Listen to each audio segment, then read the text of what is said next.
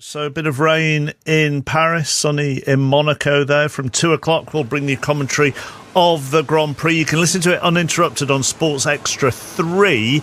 We're going to nip away from it for a little bit here on 5 Live to bring you the Premier League team news. Lando Norris on pole, though, and Harry Benjamin is in the sunshine.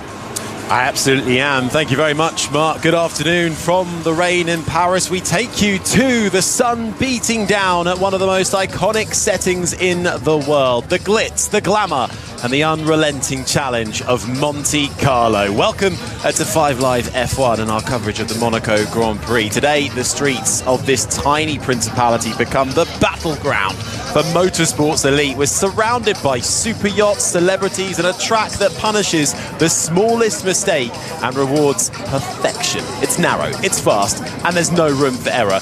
We're up in the commentary box, which overlooks the short blast from the swimming pool chicane all the way to Rascasse, right opposite the pit lane. We can see Ferrari, Red Bull, Mercedes, Aston Martin and their garages. There is a huge furore up and down the pit lane as we race towards lights out at the top of the hour. And to call all the action with me is the 1996 Formula One World Champion, Damon Hill. I mean, Damon, you put it on pole here 30 years ago. Can you sum up the magic of Monte Carlo?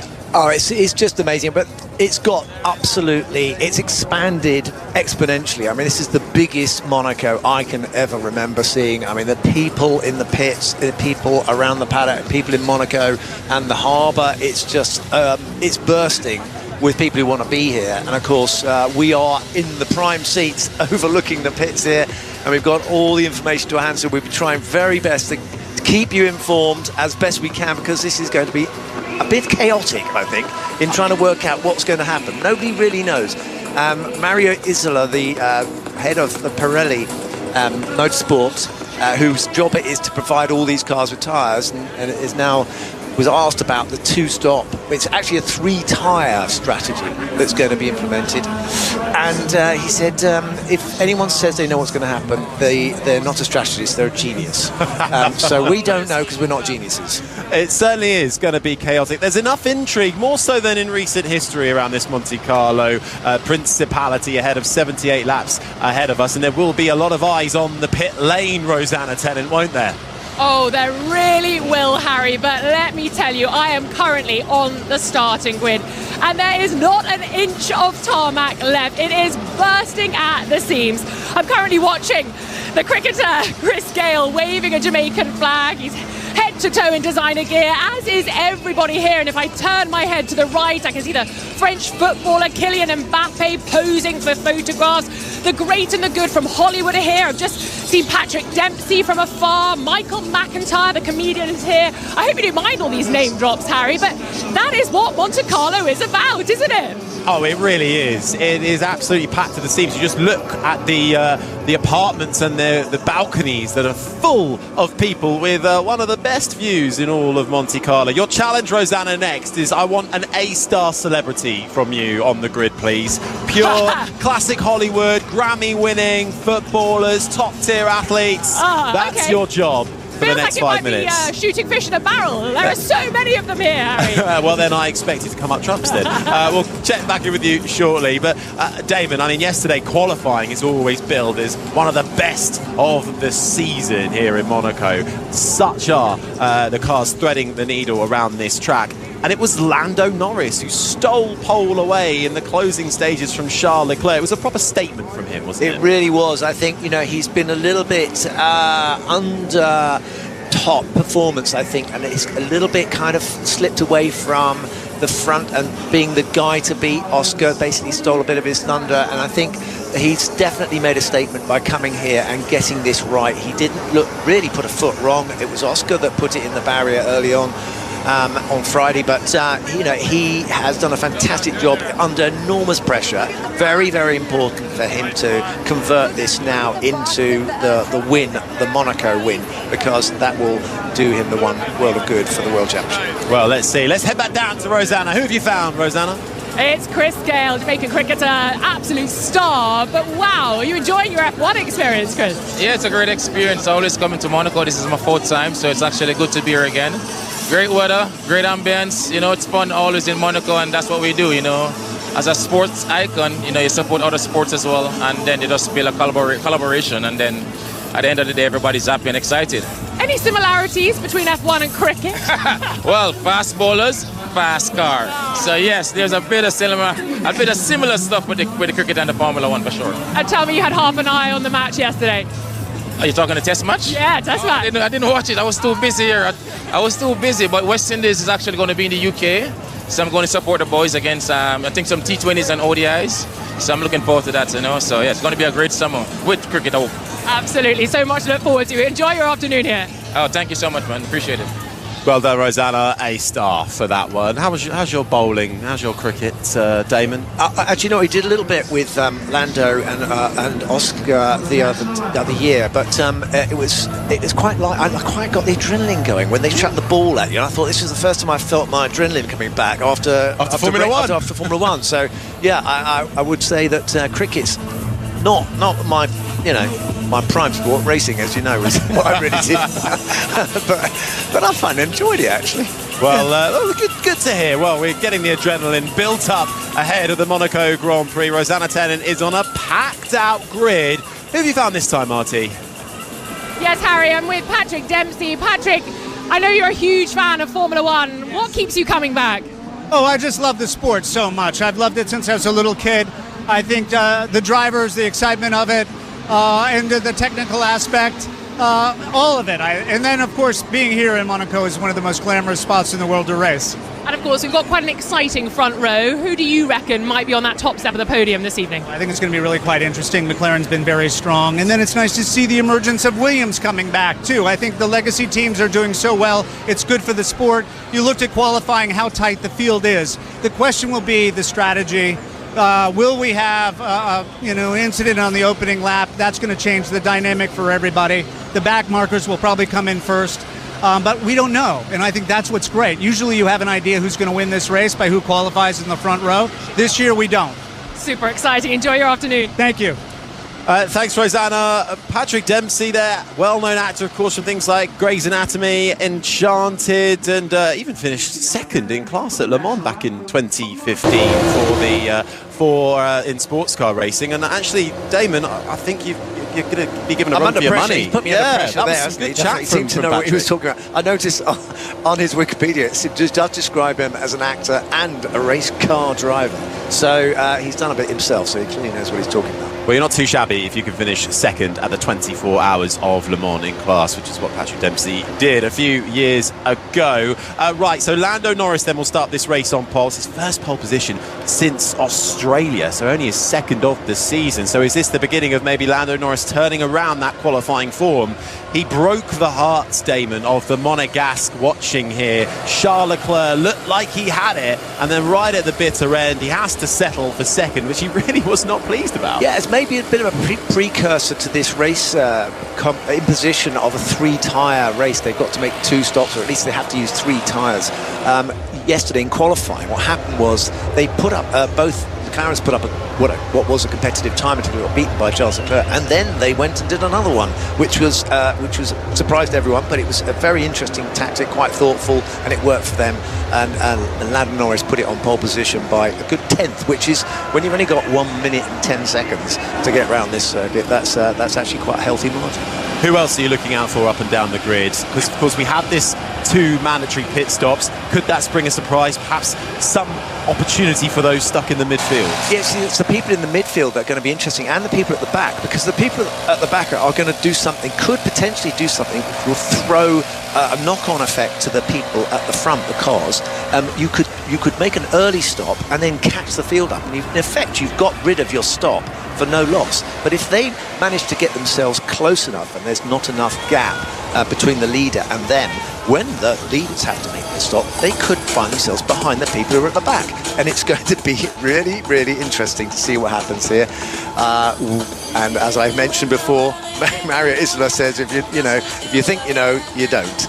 That is what is the biggest intrigue here. Probably the most amount of question marks we've ever had coming into the Sunday of a Monaco Grand Prix. 32 of the 70 races here have been won from pole, which is occupied by Lando Norris. But what will happen over the course of 78 laps, we honestly don't really know. So I hope you can join us. We'll be going lights out from 2 o'clock on 5 Live. Back to you, Mark.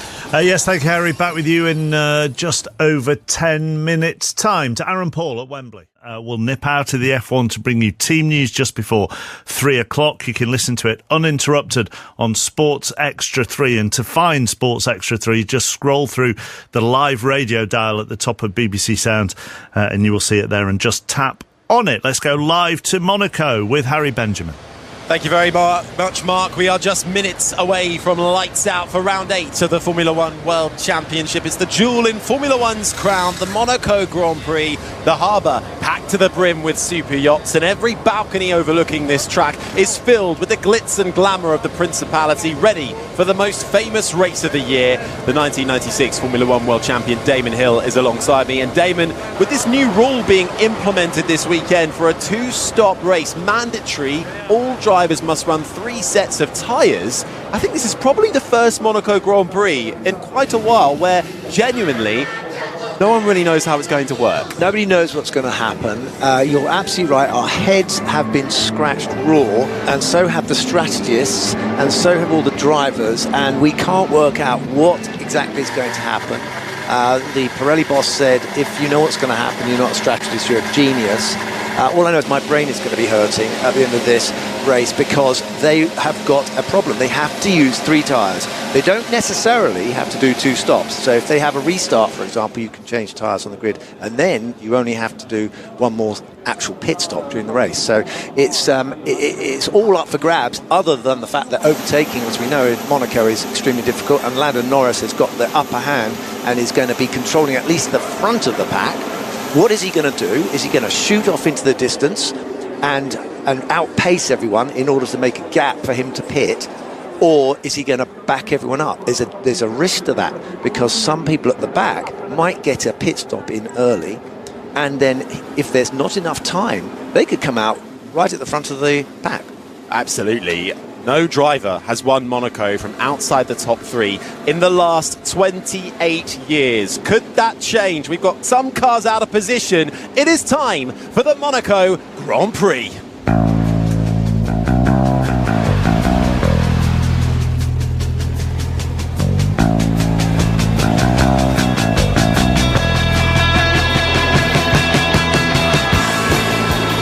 This is how they line up ahead of 78 laps of racing. It's Lando Norris on pole position, alongside him Charles Leclerc for Ferrari. The championship leader Oscar Piastri starts 3rd, with Max Verstappen in 4th, and Isaac Hadjar in the Racing Bulls within the top 5. Fernando Alonso is 6th, ahead of Lewis Hamilton after a 3-place grid penalty. Esteban Ocon in the Haas is 8th, with Liam Lawson in the Racing Bulls and Alex Albon in the Williams rounding out the top 10. It's Carlos Sainz in 11th, ahead of Yuki Tsunoda. Then it's Nico Hülkenberg Sauber in 13th, ahead of the 2 Mercedes. George Russell in 14th with a power issue yesterday. Kimi Antonelli crashing out of qualifying will go from 15th. Gabriel Bortoleto Sauber is 16th, ahead of the Alpine of Pierre Gasly. Then it's Franco Colapinto in 18th, with Lance Stroll, and Oliver Behrman with a 10-place grid drop starts 20th and last.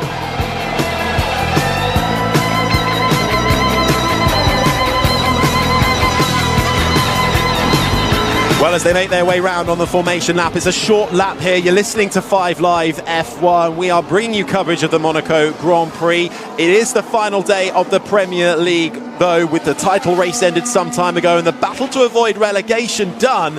We are going to focus on the hunt for the European places. Spots in all 3 UEFA tournaments up in the air still, and we'll be cutting in and out of 5 Live to bring you updates on how the team sheets look ahead of the big games today. But for now, as Lando Norris makes his way towards Rascasse, Damon Hill, the 1996 Formula One World Champion, alongside me. It was a statement yesterday from Lando Norris. He needs to carry that through today. It was very important for him to fight back, put in a really perfect qualifying. He's had 1 or 2 hiccups up to now in the couple of races leading up to this one, and the questions were being asked, has he started to feel a heat from Oscar? Oscar's very good around Monaco, but it was actually Oscar who dropped the ball on Friday and also was out-qualified by his teammate Lando Norris, and there's also a Ferrari between them. So Lando has definitely emphatically made something very clear, which is that when he wants to focus, and I think he's adopted a more focused approach. So yes, a fantastic Lando Norris we saw in qualifying. Lining up on the grid though as we await the rest of the field, let's check in trackside with Rosanna Tennant.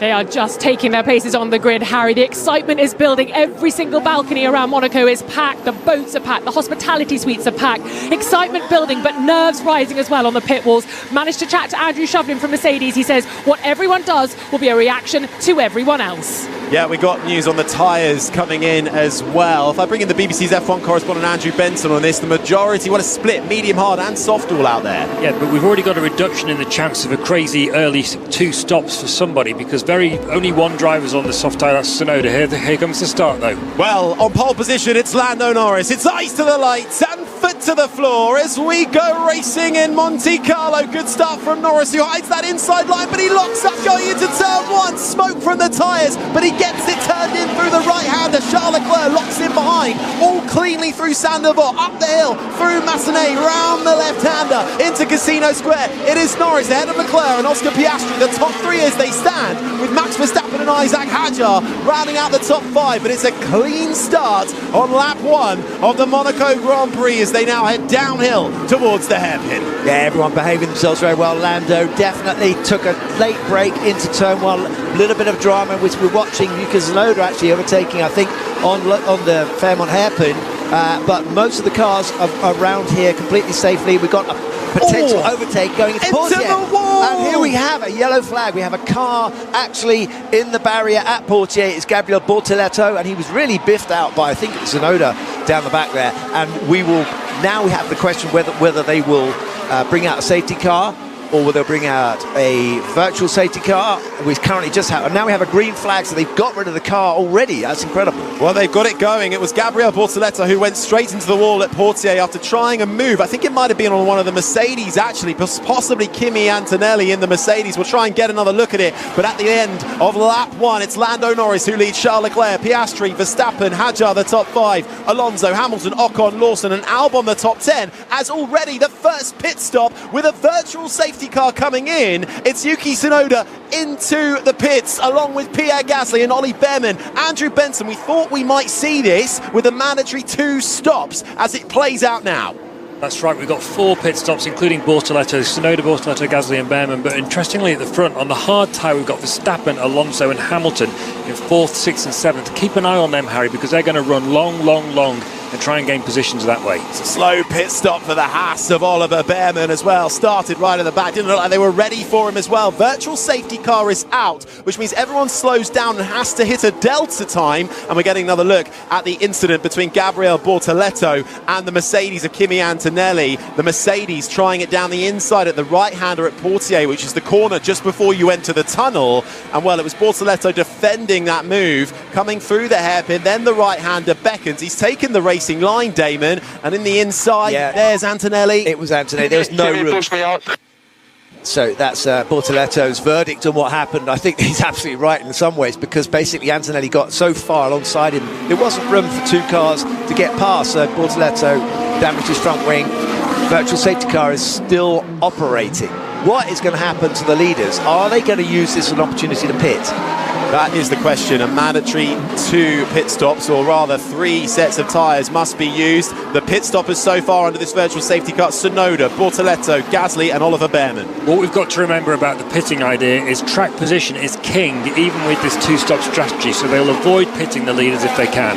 Let's see. Virtual safety car still. The race control hasn't felt the need to elevate that. It's Norris lead, Charles Leclerc, Oscar Piastri, Verstappen, Hadjar the top 5, Alonso, Hamilton, Ocon, Lawson, Albon the top 10 as they started. Then it's Carlos Sainz in 11th, Nico Hülkenberg up to 12th ahead of Russell. Antonelli still in this race in 14th ahead of Franco Colapinto, who's made a great start, having made gains with the pit stoppers too. Yuki Tsunoda then is in 17th. He's the first of the pit stoppers behind Lance Stroll. So the top 16 all staying out, not coming into the pits. Tsunoda pitted to go onto the hard tyre, Gasly pitted to go onto the medium, Behrman with a long pit stop for him as well went onto the hard tyre along with Gabriel Bortoleto, who obviously made it out of the wall, managed to find reverse and make his way back into the pit lane. And the point to make about the guys that pitted is that ordinarily with the safety car they'd be able to close up the back of the field, but they can't under the virtual safety car, so they have to maintain a steady pace. So the gap, they'll have to make that up once the race gets underway again, which it's bound to do pretty soon. I can't see anything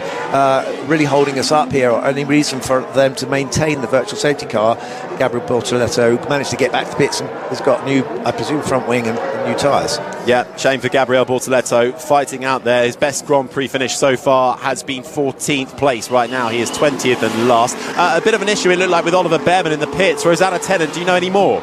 Yeah, it was a slow stop because they were trying to fit the left tyre on the right-hand wheel and vice versa. So the mechanics had to run round and switch them over. Not helpful. What a difficult weekend Ollie Behrman's had, starting with his interview with you, Harry. It really did, and it was downhill from there, wasn't it? Which you can hear on our Checkered Flag podcast as well, by the way. But don't listen to that until the conclusion of this race. 10th place grid trot for Ollie Behrman, overtaking under red flag in practice. Curiously, before the race even got underway, there was a message from race control saying his car had been released in an unsafe condition. That is being reviewed after the race, so we'll see what happened there. As we're about to get a look at how the race started, Norris away from pole well on the right-hand side. Leclerc actually really pulled up alongside him, and Norris with a lock-up going into turn one, and even Piastri and Verstappen were side by side too. Yeah, at the inside line they're definitely an advantage, and the guys who were trying it on the outside, that's Verstappen and Charles Leclerc, had to back out, but Lando was aggressive. He comes up, we're watching a replay, and he's got both front wheels locked up going into turn one. It was a bit of a hairy moment, and very, very close with Oscar Piastri and Max Verstappen as well, but they were all very good and gave each other enough room to get through. That would have been very dramatic for the guys following, seeing the smoke coming off of Lando Norris's front tyres, but he managed to get the car back under control and round the corner, and off he went, and is now controlling this race from the front. That's the voice of the 1996 Formula 1 World Champion Damon Hill alongside myself, Harry Benjamin. You're listening to live coverage of the Monaco Grand Prix with a virtual safety car out and actually coming to an end after Gabriel Bortoleto Sauber fighting with Kimi Antonelli found the wall at Portier. Mandatory pit stops, 2 pit stops in this race, with all drivers having to run 3 sets of tyres, introduced only for this Grand Prix to try and spice up the action using the virtual safety cars. Tsunoda, Gasly, Behrman and Bortoleto all went into the pits to have their first stop. They've now caught up to the back of the pack. Everybody else, the top 16, have stayed out, and we are back underway with green flag racing. Lando Norris leads them on lap 5 of 78, down towards the right-hander of Sander Vogt, being chased by the home hero, the Monegasque Charles Leclerc. It's Oscar Piastri, our championship leader, a little further adrift in 3rd. Then it's Max Verstappen. Isaac Hadjar is 5th, with Alonso, Hamilton, Ocon and Lawson the top 9. Alex Albon on the periphery of the top 10 with Sainz, Hulkenberg, Russell, Antonelli, Colapinto the top 15. Lance Stroll is 16th, and the last of those who have yet to stop, then it's Tsunoda, Gasly, Behrman and Bortoleto, who have all stopped. Now the question we were asking is what was going to happen with the guys at the front. Are they going to try and leg it? They obviously tyre wear is not an issue. They've got too many tyres, so basically they can burn up their tyres, and it looks to me like they're putting the hammer down and trying to get as big a gap as possible from the rest of the field, because then they can, when they make their pit stop, can get ahead of most of the guys who are going to hold them up. Yeah, I think that will be exactly what surely Oscar Piastri is looking to do in holding up those behind him. He's there's a 4.5 second gap between Oscar Piastri in 3rd and Charles Leclerc in 2nd. Andrew Benson. It's also worth bearing in mind that they have to ensure that they don't pit into traffic. There's no point putting fresh tyres on if you come up behind someone who's going long on the hards. So that's why they want to build a gap. But the problem is, will these medium tyres that Norris, Leclerc and Piastri are on, will they last long enough for them to be able to do that over Verstappen, Alonso and Hamilton, particularly behind them on the hards? Lando Norris leads by 1.4 seconds ahead of Charles Leclerc in 2nd. Piastri opening up that gap. 3rd, 5 seconds the gap. He's keeping Max Verstappen behind him, and then come the rest of the field. Hadjar, Alonso, Hamilton, Ocon, Lawson and Albon still the top 10 as they stand. At the moment, it's 23 seconds between Lando Norris and the first of the pit stoppers, Yuki Tsunoda. The pit loss under green flag is 21 seconds. If we get a safety car or a virtual safety car, that's sliced in half, near or nearabouts. It's 10 seconds for that. So if they wanted to pit Lando Norris, he would come out ahead of Yuki Tsunoda, but that would be in a whole heap of traffic right at the back of the field. And the guy who is probably feeling a little bit worried about this is Max Verstappen, is on the hard tyre, the first driver on a hard tyre after the first three, because he's slipping back from the leader, Lando Norris, who seems to be scampering up the road, closely followed by Charles Leclerc. But the gap to then Oscar Piastri, who's just in front of Max Verstappen, is 5 seconds. Now, will that increase? I'm going to be interested to see whether that gap grows, or Oscar seems to be able to maintain that pace, because Max Verstappen will not want to be forced back down the road by another McLaren.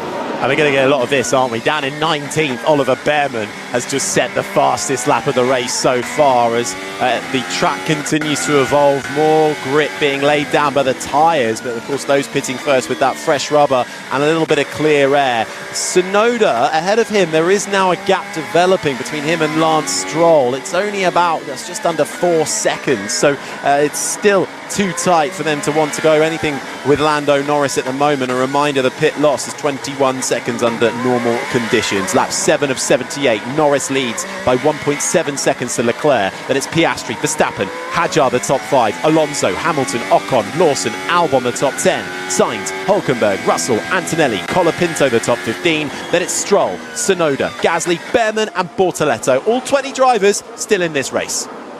Yeah, I'm just thinking about Fernando Alonso there. I mean, it's the first race. We've got Adrian Newey coming to Aston Martin, and he's been creeping around the garages, and he's showing a lot of interest. I wonder if he's had any input into the strategy here, because the combination of Adrian Newey and Fernando Alonso on strategy could be an absolutely intriguing outcome. I have no idea what's going to happen, but I'm watching him very closely. He's on the hard tyre, and currently we'll find out whether he's going to I mean, he could be in a very strong position if he doesn't pit. He could go a long way into this race on that hard tyre. Fernando Alonso looking for his first points of the season. It feels like we're getting a lot of pace management out at the front of the field. Andrew Benson, if I can bring you in on this, the gap, Norris and Leclerc, 2 seconds, then it's another 4.5 seconds to Piastri. Yeah, it's kind of odd, Harry, as to why these gaps are building up, because if we just look at Oliver Behrman in 19th place, he's just done a 1 minute 15 second lap. Lando Norris and Charles Leclerc at the front are doing 1 minute 18.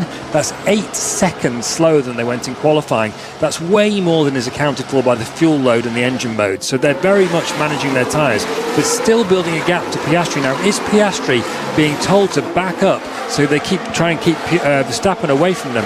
One final point on Adrian Newey. I remember Patrick Head, who Damon knows well, who was the Williams technical director when Adrian was there as the chief designer. He once said to me, Adrian is a genius at aerodynamics, but he's the very last person you want doing your strategy. Oh, right. Sorry guys, yellow flag out on track, as we're just seeing a brilliant battle between Nico Hülkenberg and Carlos Sainz. Hülkenberg all over the back of the Williams driver. I'm wondering if something has happened to Pierre Gasly. It has. Front left damage. Well, a lot of damage. The tyre is off. Suspension damage. No front wing. He's hit the wall, but he's kept it going. He's coming through the swimming pool chicane now on 3 wheels. Cuts the corner. Drives past our commentary box. No break. No break.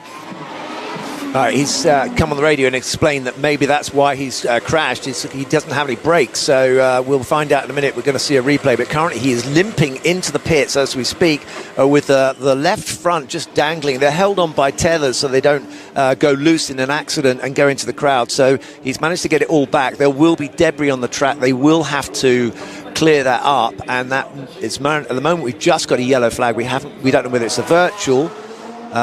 And we're now seeing where it happened, and that looks like the exit of the Nouvelle chicane. It certainly is. It's just off the racing line, but they do cut onto it. I wonder if they'll throw a VSC again to try and just make sure it is fully off the track. But damage then for Pierre Gasly, who compounds Alpine's weekend. Started down in 17th, has now come into the pits though, and top effort actually to make it back to the pits with a car that only has 3 wheels still attached. Lap 10 of 78, still the yellow flag. Gasly's race might well be run, but he's parked outside the Alpine garage. Of course, the pit lane already pretty narrow. Actually, he's parked out. He's gone to Williams. So they're going to have to get someone into the pits to pick up that car. It's only got 3 wheels, and move it, because it's right in the pit of the Williams. We're watching a replay as Gasly comes through the tunnel. We're going to find out how. Okay, so yeah, that wasn't really. That could potentially have been no brakes, but what we're actually watching is Pierre Gasly go into the back of the car in front of it, and I don't know who that was. Yuki Tsunoda's Red Bull into the braking zone for the Nouvelle Chicane, downhill, clips the back of the Red Bull, and well, that was all the damage Gasly needed. Cuts the chicane. That was the sound of Tsunoda getting a hit. I think he's been able to live to fight another day. Let's hear from him. Is he idiot? What is he doing? That was what Yuki Tsunoda had to say about the matter. Pit lane entry has been closed. Rosanna Tennant, last time we saw Pierre Gasly when he was parked outside the wrong garage. Yeah, not ideal, of course. If the Williams team had wanted to come in, he would have been obstructing Carlos Sainz and Alex Albon's way. So they've had to close the pit lane. Such a lot of damage for the Alpine car. And now the mechanics are at Pierre Gasly's car trying to refit a front wing. So they're busy trying to get him back out. But for the time being, they're not allowed to come in and pit. So again, another little bit of jeopardy, another headache in terms of trying to fit these two stops into this race. Try and get your head around this one then. Lap 11 of 78. It's Lando Norris who leads. Still under yellow flag conditions for debris from Pierre Gasly's front wing that is still on the circuit on the exit of the Nouvelle Chicane. It's Norris, Leclerc, Piastri, Verstappen and Hadjar the top 5. Alonso, Hamilton, Ocon, Lawson and Albon the top 10. Sainz, Hülkenberg, Russell, Antonelli, Colapinto and Stroll the top 16. But he would have taken my front wing off. He didn't leave space. What is that? He would have crashed. Wait, I had the right to be there. Listen again, mate. Okay. That was Max Verstappen on the radio, not happy with some of the racing then he's been having with Oscar Piastri. Green flag conditions continue. Well done to the marshals who've made a quick work of getting that front wing out of a rather tentative area. So we are back to full speed running around all corners of this circuit. It's the Monaco Grand Prix, round 8 of the Formula One World Championship. The pit lane entry is also back open after Pierre Gasly's crashed Alpine made it back, but rather parked in front of the wrong garage and sealed that off while the Alpine mechanics try and wheel that back to the garage. I think they have done so, and that may well be Pierre Gasly's day done. So 19 cars left in this Grand Prix on lap 12 of 78, and well, Charles Leclerc within a second of Lando Norris, Max Verstappen within a second of Oscar Piastri. Slight tyre upset between Piastri and Verstappen too.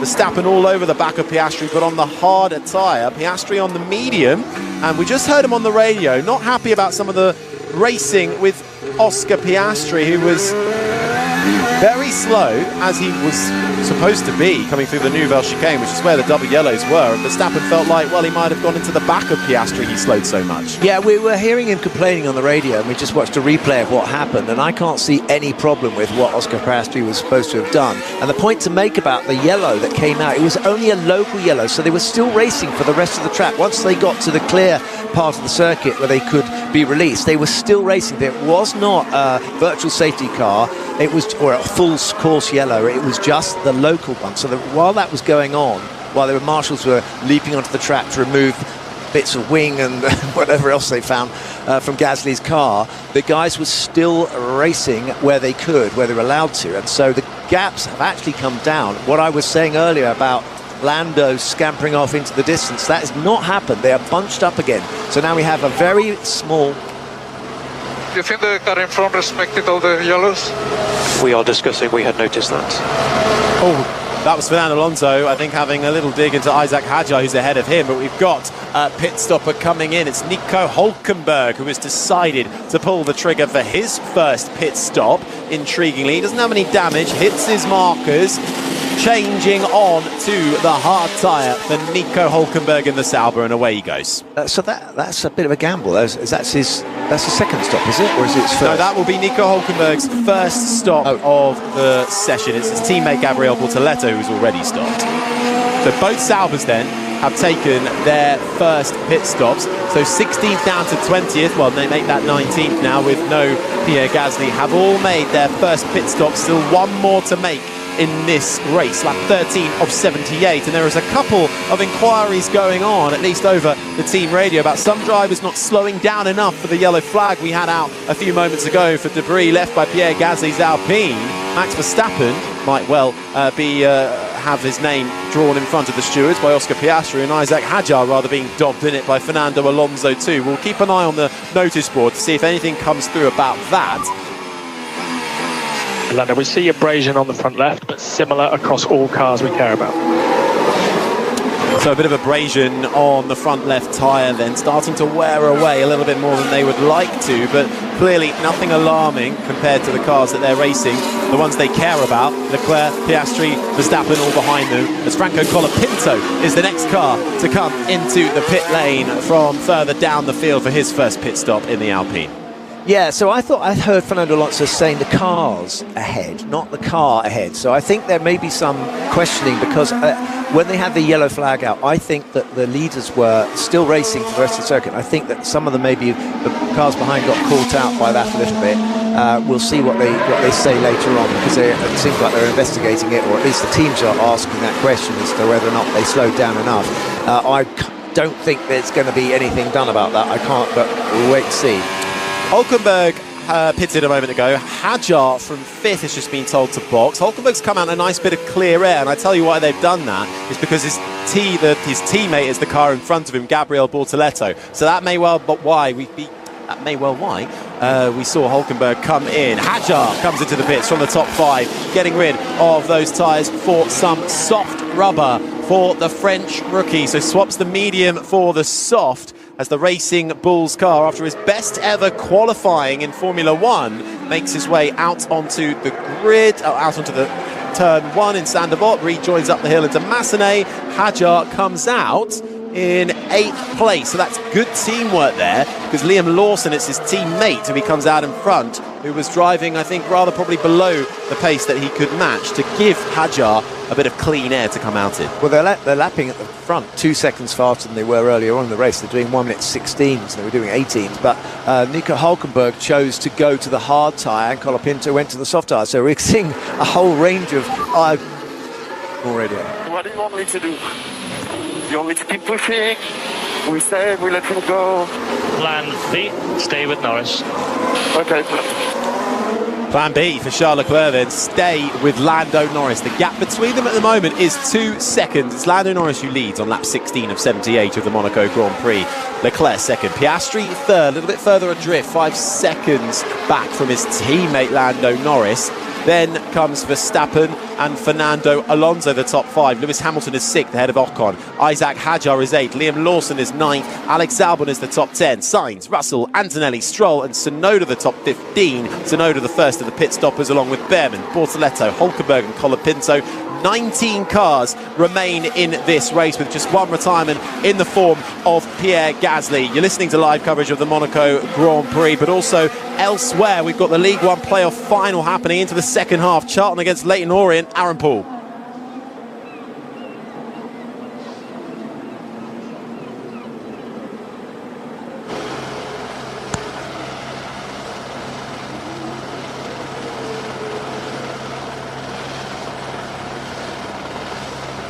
Thanks, Aaron. Battle for promotion to the championship happening over there. This is live coverage of Formula 1 round 8 of the Monaco Grand Prix. 17 laps into this race then, out of 78, and it's the 1996 Formula 1 World Champion Damon Hill is alongside me as Fernando Alonso, first of the big hitters out in front, has decided to come into the pits. Rosanna Tennant is there. And he pulls into his pit box. Mechanics go to work. They are quick getting the tyre off, and it's the hard tyre for the Aston Martin. He's slightly balked as he leaves the pits by Esteban Ocon in the Haas car. He's in. He's made his stop as well. He's stationary for 3.1 seconds, so a slow stop for the Haas driver as well. Alonso and Ocon in then, and rather getting in each other's way. Former teammates at Alpine weren't always the best of friends, both podium places around this track. Fernando Alonso, of course, a race winner here, a 2-time race winner, but back in 2006 and 2007, Alonso comes out in 7th on the hard tyre, Ocon behind on the medium. What does it need from me? I'm 4th now, this is our race. Wow. Well, that's a confident message, isn't it? This is our race. What does he mean? He's talking to Lewis Hamilton, the engineer, talking to the strategist. And so this has been interesting because the pace has upped at the front. Lando Norris and Leclerc. Leclerc was, and I've just as I say that, Lando's just done on the fastest lap. And he was messaged by his engineer, look, we're seeing braining on the left front. And sometimes you get that when you go too slowly. You sometimes need to go a bit faster to get the tyre to melt. And then it doesn't cut quite so much. So the pace is going up, and of course gaps are now appearing behind the leaders. We saw Fernando Alonso make a pit stop, and he's come out in a clear bit of track. So, this is definitely looking like we're coming up to some pit stops pretty soon. Let's keep pushing now. I'm going to put Hamilton. Can't push now! Fernando Alonso sounding like he's getting a bit edgy on the radio there, trying to push hard. He's in 7th, being told to push now, having just made his first pit stop. Lap 18 of 78, Lando Norris leads, Charles Leclerc and Oscar Piastri, the top 3, all on the same medium tyre. Let's head over to 5 Live's race centre. Andrew Benson, how are you reading this race? Well, it's interesting because Leclerc was told at the front to keep pace with Norris, but he's not able to do it. Norris is definitely quicker than him, and he's building a gap, as Damon said. Now, the reason Alonso's annoyed is that Aston Martin tried to use that gap that Lawson had built by holding up the rest of the field for Hadjar to drop into, but they've dropped Alonso in behind Hadjar, and he's on the hard tyre, whereas Hadjar's on the soft, and he can't get past him because he's got to hope that Hadjar gets out of the way as soon as possible on those soft tyres. As we get Lewis Hamilton in, Rosanna Tennant. Yes, another big hitter coming into the pits. He was in P5. Hamilton pulls into the Ferrari box. They jack him up. Quick stop for the Ferrari team. Hard tyre for Lewis Hamilton as he makes his way into the fast lane of the pit lane. And he was stationary for, it's about to tell me, 2.1 seconds. So a nice speedy stop from the Ferrari team. Thank you very much. So Lewis Hamilton, I was just seeing him on the driver track. I had a nice bit of clean air in front of him, nice bit of clean air behind, and he comes out in the position that he pitted in 5th place, being hunted down by Isaac Hadjar in the Racing Bulls, who steams through into Sandoval and up the hill towards Massenet. The sun continues to shine down on 19 Formula One cars that remain in the jewel of the Formula One crown here at the Principality, and we're seeing McLaren make their move into the pits. Lando Norris currently leads, Charles Leclerc, Oscar Piastri in 3rd, and it's Lando Norris, Rosanna, who's coming in. He's pulled the trigger, he is in. The McLaren driver doesn't have far to go to get to his pit box. McLaren are first in the pit lane. He pulls into the box and the McLaren mechanics are busy. He skids out of his pit box, but he's on his way again into the fast lane for the British driver. Of course, started on pole. Where's this one going to play out for him? He's down in 4th as it stands. Where's he going to rejoin, Harry? Nearly at the end of the pit lane. Is it looking good for him? I think I'm trying to see. He's responding to the Lewis Hamilton pit stop, and he will get out ahead of Lewis Hamilton, who is still only just coming through Rascasse now. So good work from McLaren. Lando Norris, he feeds out in 4th place now on the hard tyre. Leclerc takes the lead at the Monaco Grand Prix ahead of Oscar Piastri. Max Verstappen, 2nd pit stop for Isaac Hadjar in the Racing Bulls, surprising everybody so far this season. He comes in, it's a nice quick stop for the Red Bull sister team, 2.5 seconds, and Hadjar's going to feed out ahead once again of his teammate Liam Lawson. So Liam Lawson very much being perhaps the perfect team player. Lawson, whose season has not come together so far this year, demotion at the start of the year for Red Bull, hasn't had the pace so far until we arrived in Monaco. Top 10 in qualifying. Lawson playing the team game nicely. Box to overtake Leclerc. Box to overtake Leclerc. That was Oscar Piastri being told to box to overtake Leclerc. Rosanna, he's in. He's already in. Of course, that radio came a little earlier on. He's into his markers. Slow stop for McLaren. They were slow to release him down. Hard tyres for the Australian driver, your current championship leader. But it was 3.8, Harry. That's incredibly slow for them. Yeah, in Formula One terms, I know that is nothing in real life. But in Formula One world, that is an age. But he will feed out ahead of Lewis Hamilton. Nice gap for the two McLaren drivers to settle themselves into. Charles Leclerc, lap 21 of 78, has yet to pit, leads this race. Good pace on the outlap, we're trying to undercut. So Piastri then, they're trying for the undercut.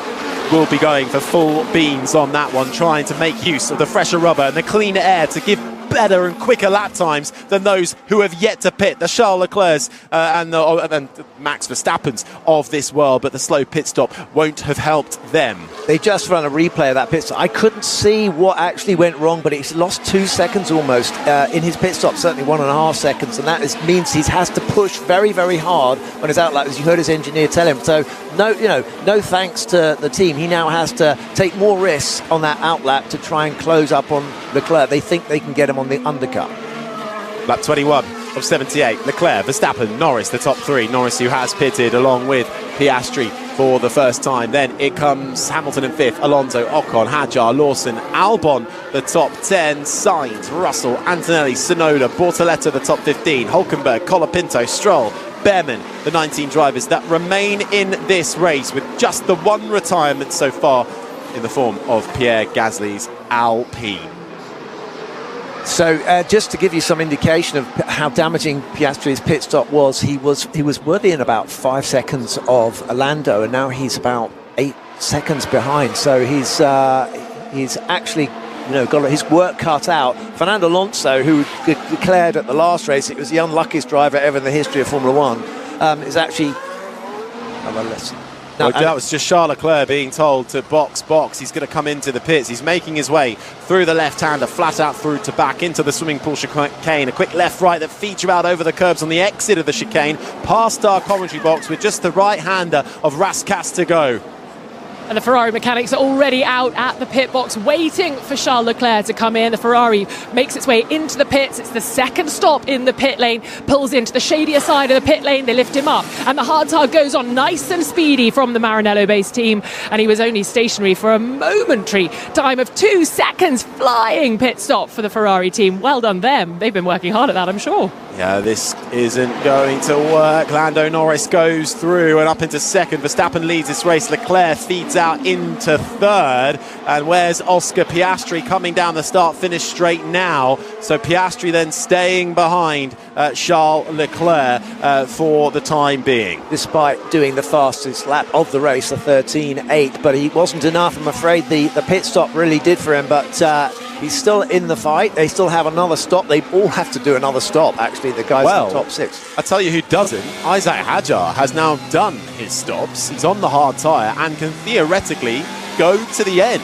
Well, the big question was whether somebody was going to do something clever at the right time and win this race that we didn't expect to win. So the plan to confuse everyone and to make this race more exciting, I think, is definitely working at the moment.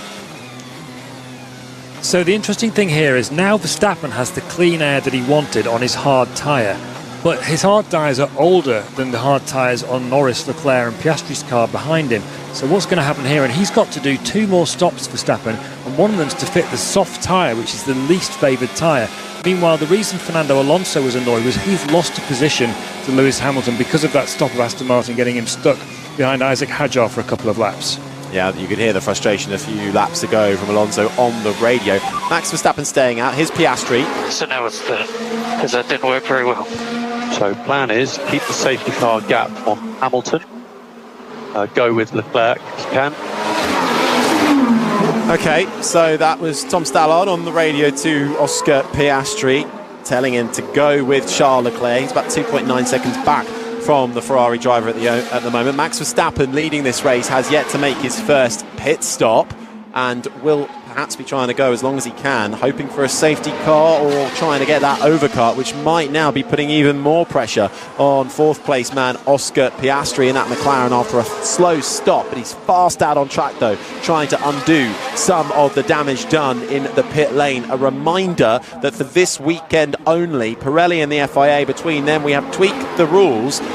Every driver has to use 3 sets of tyres, which leads to a second mandatory pit stop. Normally everybody just does a 1 stop in Monaco, but they have to stop at least twice. 3 sets of tyres, and so far it's delivering a race that, well, it's keeping me entertained and intrigued, David. I'm still wondering what Max is going to be doing here. He's leading the race. He's got a 10-second lead, but he has to make so many pit stops now that I can't see how this is going to work. I mean, but so we're going to find out. I mean, his lap times are 1:15. That's not particularly quick. It's the guys behind Leclerc's doing 16, so that's quite slow. But again, we're really having to look down down through the pack to see where he'd pop out. And the moment he'd pop out just behind Oscar Piastri if he did a pit stop now, and then they'd be level on pit stops. Lap 25 of 78. Verstappen still leads this race from Norris and Leclerc. Max Verstappen yet to make his first pit stop. Let's get a quick check-in on how the League One playoff final is going. Let's head to Wembley. Aaron Paul.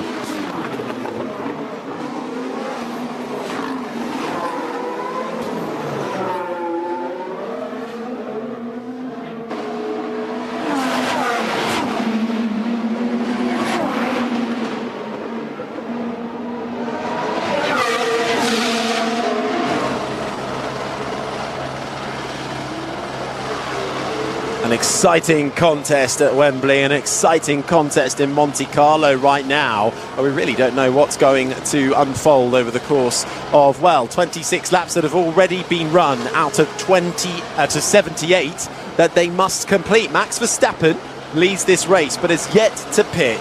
He has to take the first of 2 mandatory pit stops at some point, but he started on the hard tyre. That is the most durable one, and currently fighting perhaps to try and get the overcut on Oscar Piastri, or hoping for a safety car to come out. Those that have yet to pit are surely hoping for some sort of safety car intervention to help them out. I keep an eye on the 2 Mercedes drivers starting out of position. They're currently in 12th and 13th. George Russell is the sound you're hearing now, and here's his team radio.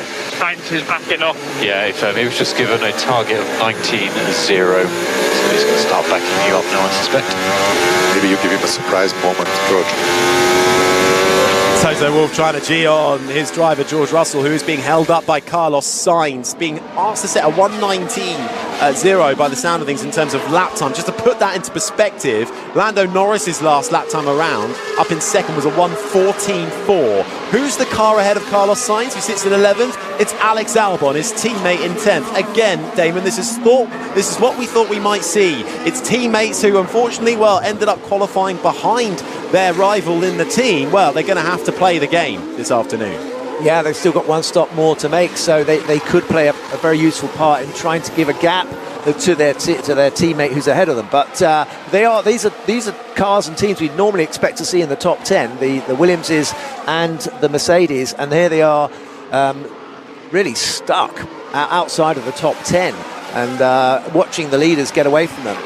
Now, Max Verstappen has just been on the radio, not happy with where his tyres are at the moment, still continues to lead this race. Lando Norris 7.2 seconds behind, but has pitted along with Leclerc, Piastri and Hamilton, the top 5. Then, Andrew Benson in 5 Lives Race Centre, 24 seconds, the gap to Fernando Alonso in 6th. And when I look at my driver tracker, is this a classic Alonso? Back everybody else up now.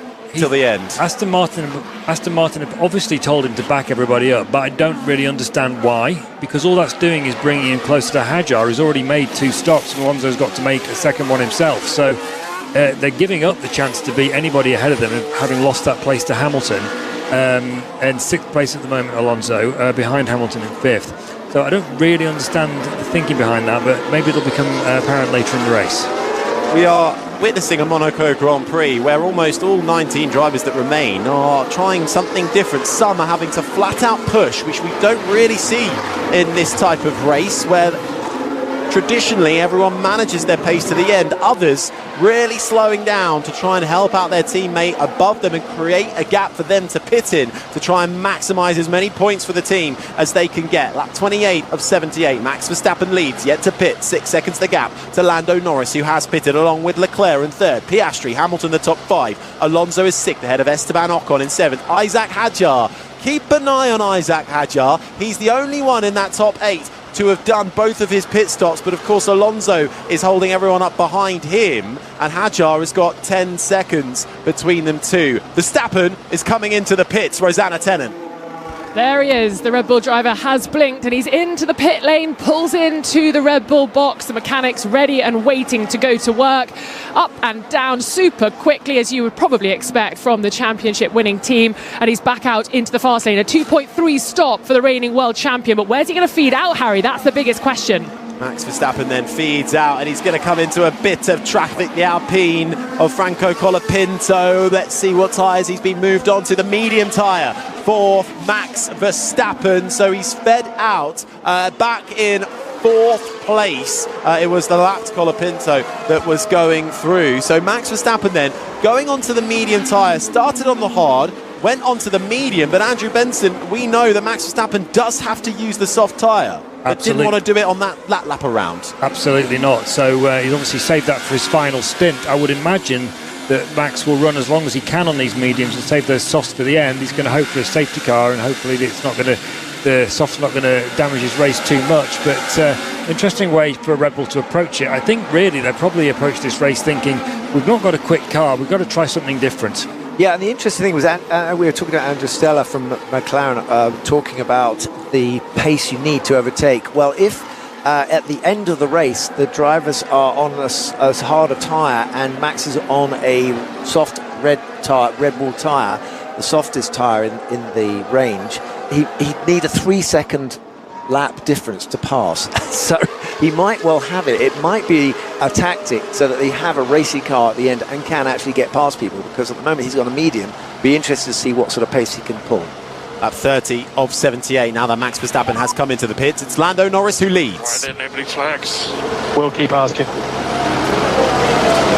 I wonder, intriguing, Lando Norris is saying, why are there no blue flags? He's coming up on lapped traffic, and if you are being lapped, you are given a blue flag and must get out the way at the earliest convenience. And Norris is right into a gaggle of lapped cars coming into the tunnel as he feeds out on the exit. Lance Stroll does get out of the way, just trying to see if the marshals or indeed the light panels are being lit up in blue. There was a bit of a blue flag from the lighting panel there, so Stroll gets out of the way. But of course Stroll's in a fight with Oliver Behrman down in 16th and 17th. Both of them, well actually only Behrman has made his second stop, so Behrman could go to the end now if he can get those medium tyres that he's on all the way to lap 78. Lance Stroll will still have to go again. The two Mercedes in 12th and 13th get to pit either. Esteban Ocon has just made his second stop, so the Frenchman in the Haas is now good to go until the end of the Grand Prix. He's on the hard tyre,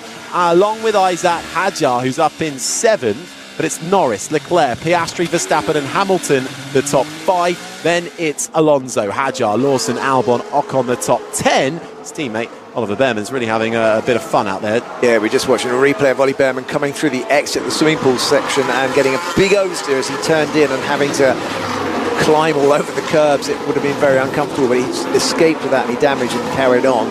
I just noticed that it looks like Lando lost a good couple of seconds on that lap through slow cars in front of him compared to Charles Leclerc. The gap is now 3.7 seconds to Leclerc, and 7 seconds, 4 seconds behind Charles Leclerc is Oscar Piastri. So they're still pretty well bunched up. It's a tactical race. It's basically, how do you pass at Monaco? This is why they brought in this regulation, to try and make it a bit more interesting.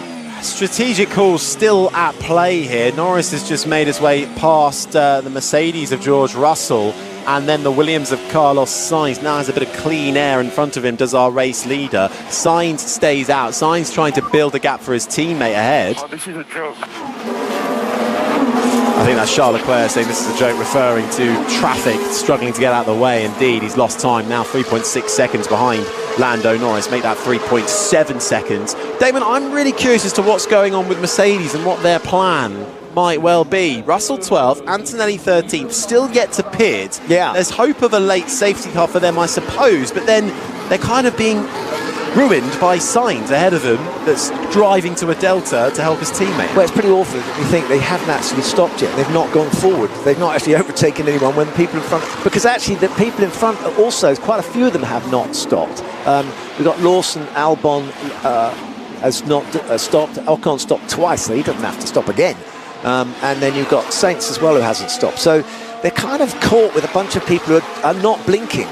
And now they're having to really slow down to get out of the way of the leading cars coming through, which is losing them time. You say Lawson is yet to pit. He is now making his first pit stop, is Liam Lawson, having done, I think, a pretty superb job playing second fiddle to Isaac Hadjar so far. His teammate completing both stops that are mandatory in this Grand Prix. Hadjar in 7th on the hard tyre, can go to the end. That 33 of 78 as Lawson comes in and will drop down to 10th place, so still stays inside the points. My shifts feel like Monaco Grand Prix 1972.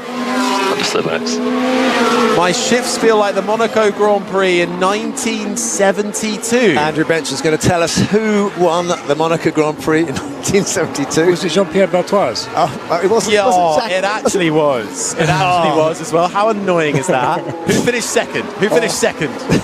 Come on, I won that game. Jackie Stewart? Jackie Hicks. Jackie Hicks? Jackie Hicks. Oh, it was a Jackie, but not the right one. And Emerson Fittipaldi in the top 3 as Albon is told to box finally in the Williams. Alex Albon then comes into the pits from 8th place. That is his first pit stop that he is taking. It's his teammate Carlos Sainz who's been backing up the pack behind him. Esteban Ocon goes through. Liam Lawson is coming up. Lawson should probably go ahead at this stage. Lawson actually just making his way through Raskas now. So actually I think this could work out for Alex Albon to jump Liam Lawson. Lawson coming down the start-finish straight now. Where does Alex Albon feed out? He will come out in 10th. No, Lawson goes through. Lawson, who pitted on the soft tyre, the quicker rubber. Lawson still to make another pit stop. Albon still to make another pit stop. But thanks to the Thai driver's teammate Carlos Sainz holding up everybody from 11th behind him, that's allowed Albon to hold on to that one precious point for the time being. Right. Lap 34 of 78, the Monaco Grand Prix. Lando Norris continues to lead this race. 6.2 seconds the gap to Charles Leclerc. Lost a bit of time trying to navigate the traffic as they start to lap the slower cars. Piastri is third, then it's Verstappen in fourth. Hamilton, the top five. Alonso is sixth, frustrated to have lost out to Hamilton after the first pit stops. Hadjar is seventh, has done 2 pit stops. As far as he's concerned, he can go to the end. That's the same for Esteban Ocon in 8th. Alex Albon just made his first pit stop, is in 9th. Liam Lawson, the same on his first pit stop. He rounds out the top 10. Then it's Sainz, still yet to pit, along with Russell and Antonelli. Tsunoda's down in 14th, has pitted, along with Hülkenberg, Stroll.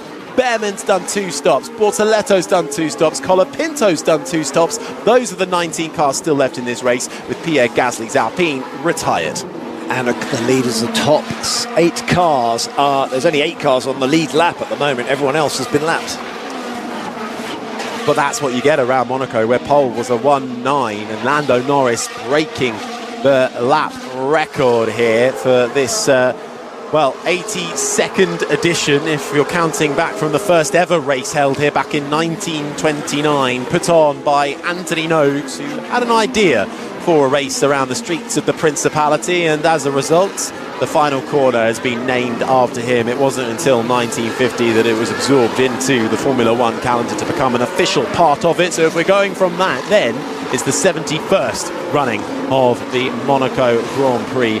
Officially, still one of only 4 tracks from that 1950 season to remain on the calendar. And who won that first race? Louis Chiron.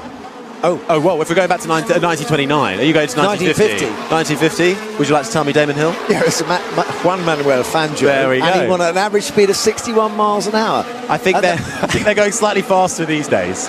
Yeah, but you've got to give the man his due. I mean, there was nothing to stop you going in the harbour, and very skinny tyres. But he probably only had 1 set of tyres and did the whole race. It was about a 3-hour long race as well. So I don't think there was a second mandatory pit stop brought in at that point, and I dare say they wouldn't have had the screens that we've had to try and keep up to speed with it. Those yet to pit, to even make their first pit stop, it's still Carlos Sainz in the Williams in 11th. The 2 Mercedes drivers who, you wonder, are they just a bit nowhere at the moment? Russell's 12th, Kimi Antonelli's 13th, or are they playing a blinder if we get some sort of safety car or a red flag and absolute carnage in the latter part of this race? They are the only 3 drivers who have still yet to pit in this Grand Prix. Norris, Leclerc, Piastri the top 3, Verstappen, Hamilton the top 5, Alonso, Hadjar, Ocon, Lawson, Albon, your point scorers inside the top 10. Then it's Carlos Sainz at 11th, Russell, Antonelli, Tsunoda, Hülkenberg the top 15, Stroll, Behrman, Bortoletto and Franco Colapinto, the 19 drivers that remain in this race with just 1 retirement. Now we'll be continuing full uninterrupted coverage of this Grand Prix over on Sports Extra 3, but it's the final day of the Premier League. Mark Chapman has you covered for it.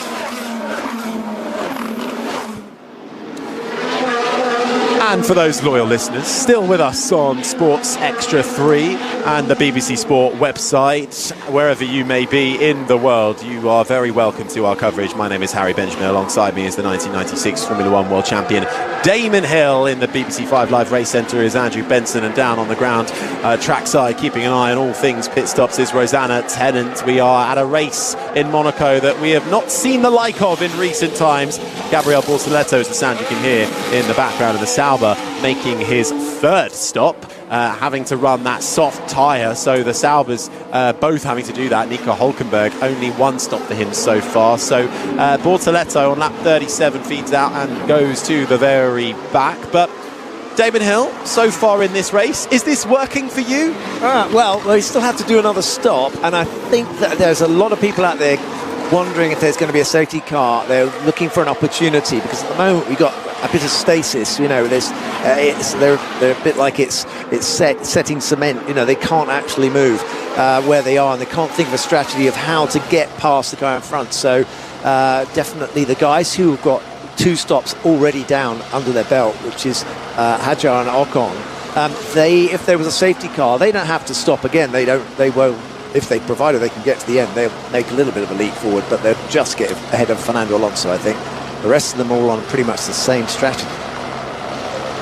At 38 of 78, Lando Norris leads by over 5 seconds to Charles Leclerc. Oscar Piastri is third. Coming into this race, Oscar Piastri had an advantage of 13 points in the championship. There were 22 points covering the top 3 in the Drivers' Championship, with Max Verstappen lying in third. As it currently stands, if we end the result like this, actually we'll come back to that, because Fernando Alonso is out of this race. He's pulled off at Rascasse into the runoff area. A bit of smoke coming off the rear. Doesn't look like he's made any contact with the wall, and he's completely off the track. It's brought out a yellow flag. Let's hear from him. Yeah, retire the car. Smoke. And Fernando Alonso's lackluster start to 2025 continues. He's matched his 2015 record of no points for the first 8 races in a Formula One season, at a Grand Prix where he really looked like he could bag some big points. His first of the year, and for Fernando Alonso that is not to be the case. But the yellow flag has already gone back in, and we're green flag running again. But it looked like Ferrari were getting ready in the pits. Let's just see if there's any movement from them, or are they trying to do a bit of a bluff? No, maybe they were waiting for maybe something more than a yellow flag to be out as they go back into the garage. Yeah, perhaps they just jumped when they saw the yellow flag and were ready just in case there was a safety car or something. But the old wily Spaniard, Fernando Alonso, he knew immediately that his race was run and just parked it very neatly off the track and out of the way. And although he declares himself to be the unluckiest driver ever in the history of the sport, I think the point you made, and he hasn't got any points. Hang on, I've got radio. Lando, the gap to Leclerc is 5.0. If we can use some more pace, we should, please. And so Lando being given the hurry up. He's got a 5-second lead, which you'd think would be nice-ish, but yeah, they can burn up some tyres. They have only got 28 laps to go. I beg your pardon, is that 38 laps?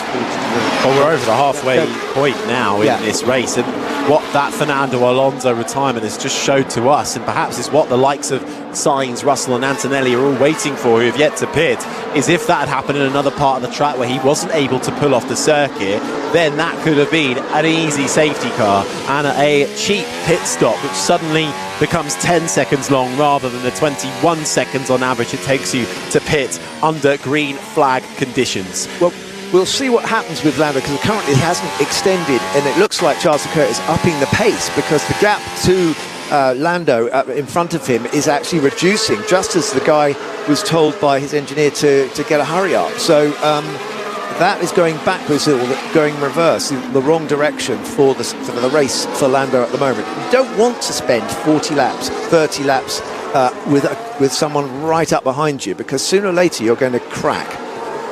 Oh, we're just getting some slow-mo replays of those scraping along the barrier with the face of their tyres coming through the exit of the swimming pool chicane. That was Alex Albon we just saw, but Fernando Alonso is also forlornly walking away and out of this race, Rosanna. He certainly is. Disappointing day for Fernando. Hopefully I'll be able to get a few words from him later on in the media pen. Pointless. After 8 races, it's his worst start to a season in 10 years for Fernando Alonso on the weekend where Adrian Newey came to town for the first race weekend of the year on site. The managing technical director of Aston Martin, working on that 2026 car, but keeping an eye on what's happening this season as well. The points hunt continues for Fernando Alonso. Meanwhile, at the front, Lando Norris was told to hurry up, essentially, on the radio. The safety car still a threat in this race. It's not gotten the way so far for Lando Norris's teammate Oscar Piastri, still down in third. I'm determined to finish my point about Fernando Alonso. And I've tried twice now, but the point I'm trying to make about it, although he's had a terrible start to the season, he never gives anything less than the very best. And he's always the guy who delivers as much as can be delivered by the driver for the team. Yes, but he's such a competitor. He'll go home. I don't know whether he's got a punch bag at home or whatever, but he's never happy unless he gets what he thinks he deserves, and he's a double world champion, and I think that he wants to be at the front. One day maybe he will, with Adrian Newey, if he can wave his magic wand over that Aston Martin. Pit stops for Liam Lawson in the Racing Bulls, Alex Albon in the Williams, running 8th and 9th as they came into this Grand Prix, both completing their second mandatory stop, so they can effectively go to the end. It's lap 42 of 78, and because they've both covered each other, they should both feed out again in 8th and 9th. Lawson having just done a stint on the soft tyre, now on the hard to the end. Alex Albon up to 9th now. Williams looking like they could get 2 cars in the points here, but Sainz, who is in the top 10, still yet to take either of his pit stops, along with the 2 Mercedes who are running right behind him, 10th, 11th and 12th as it currently stands. We believe those 3 drivers hanging on to possible hopes of a late safety car. We're over the halfway point now in this Monaco Grand Prix, the 8th race of the Formula 1 season. Lando Norris has pitted onto the hards. Only 1 pit stop so far for him, the same for Charles Leclerc and Oscar Piastri. They are your top 3. Max Verstappen has also done his first pit stop, but he is on the medium tyre. He will still have to run a soft tyre when he comes in for another pit stop. Lewis Hamilton will be the same in the top 5. Isaac Hadjar is 6th, the French rookie, having one of his best races of the year so far in a season that has impressed many up and down the paddock. Currently lies in 6th, ahead of Esteban Ocon, running well in the Haas. The 2 Frenchmen occupying 6th and 7th. Liam Lawson is 8th, looking to score his first points of the year. Alex Albon trying to follow up a top 5 finish with a point score in Monaco this afternoon, with Carlos Sainz rounding out the top 10. George Russell is 11th, ahead of Kimi Antonelli. Then it's Yuki Tsunoda in 13th. Nico Hülkenberg 14th, Lance Stroll 15th, with Oliver Behrman 16th, ahead of Franco Colapinto, Gabriel Bortoleto 18th, and the final driver still in this race with retirements for Fernando Alonso's Aston Martin and Pierre Gasly's Alpine. Yeah, I'm looking at the driver tracker, and there's an absolutely huge space right behind Lando Norris. There's Lewis Hamilton, who's back down the track a bit, but there's plenty of room for a pit stop for any one of these guys in the top 4 at the moment.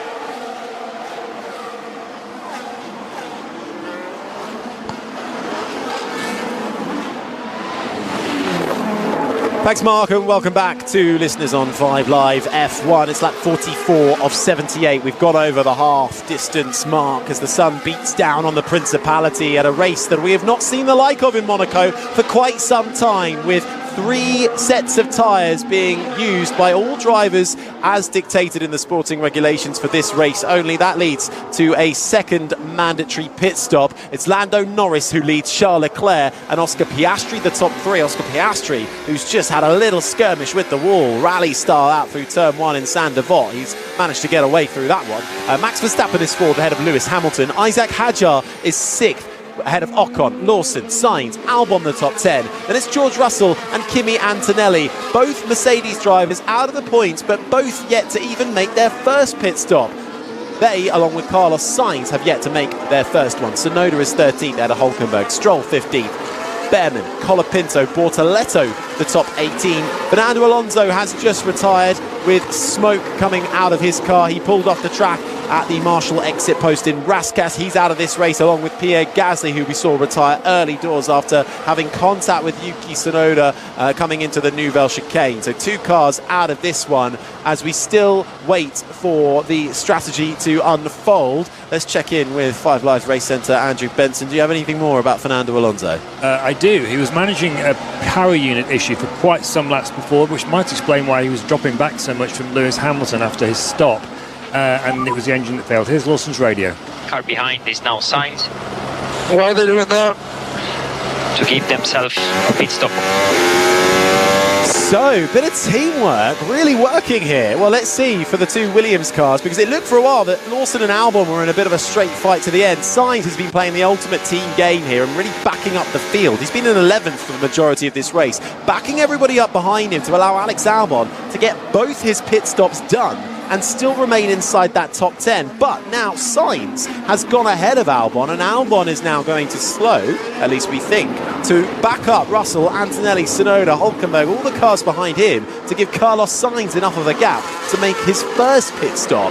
Williams trying to really play the strategic game here and get both cars into the points. Yeah, it's possibly getting into a phase here where things start to happen. We saw Oscar Piastri have a big moment at turn 1 at Saint-Denis and nearly hit the barrier. That would have woken him up a bit, I can tell you, because what happens is you get into a bit of a zone, you get into a bit of a trance going around this circuit, and especially as they're not going as fast as they absolutely can because they have to preserve tyres, they have to race to a lap time, you can lose concentration. And we've seen that even with Ayrton Senna, who famously crashed at Portier because he lost concentration in the real race. Well, absolutely. That's the voice, by the way, of the 1996 Formula One world champion Damon Hill, who joins us up in the commentary box. It's interesting this as Hülkenberg comes into the pits for what will be his second stop, so he can tick that one off the list as they put the soft tyre on. Both Sauber drivers being forced to run that, so they didn't get out. Well, actually, Bortoletti didn't get out Q1. Hülkenberg did as lap 47 of 78. Interesting phase of the Monaco Grand Prix happening right now, but it's also full time at Wembley. Aaron Paul.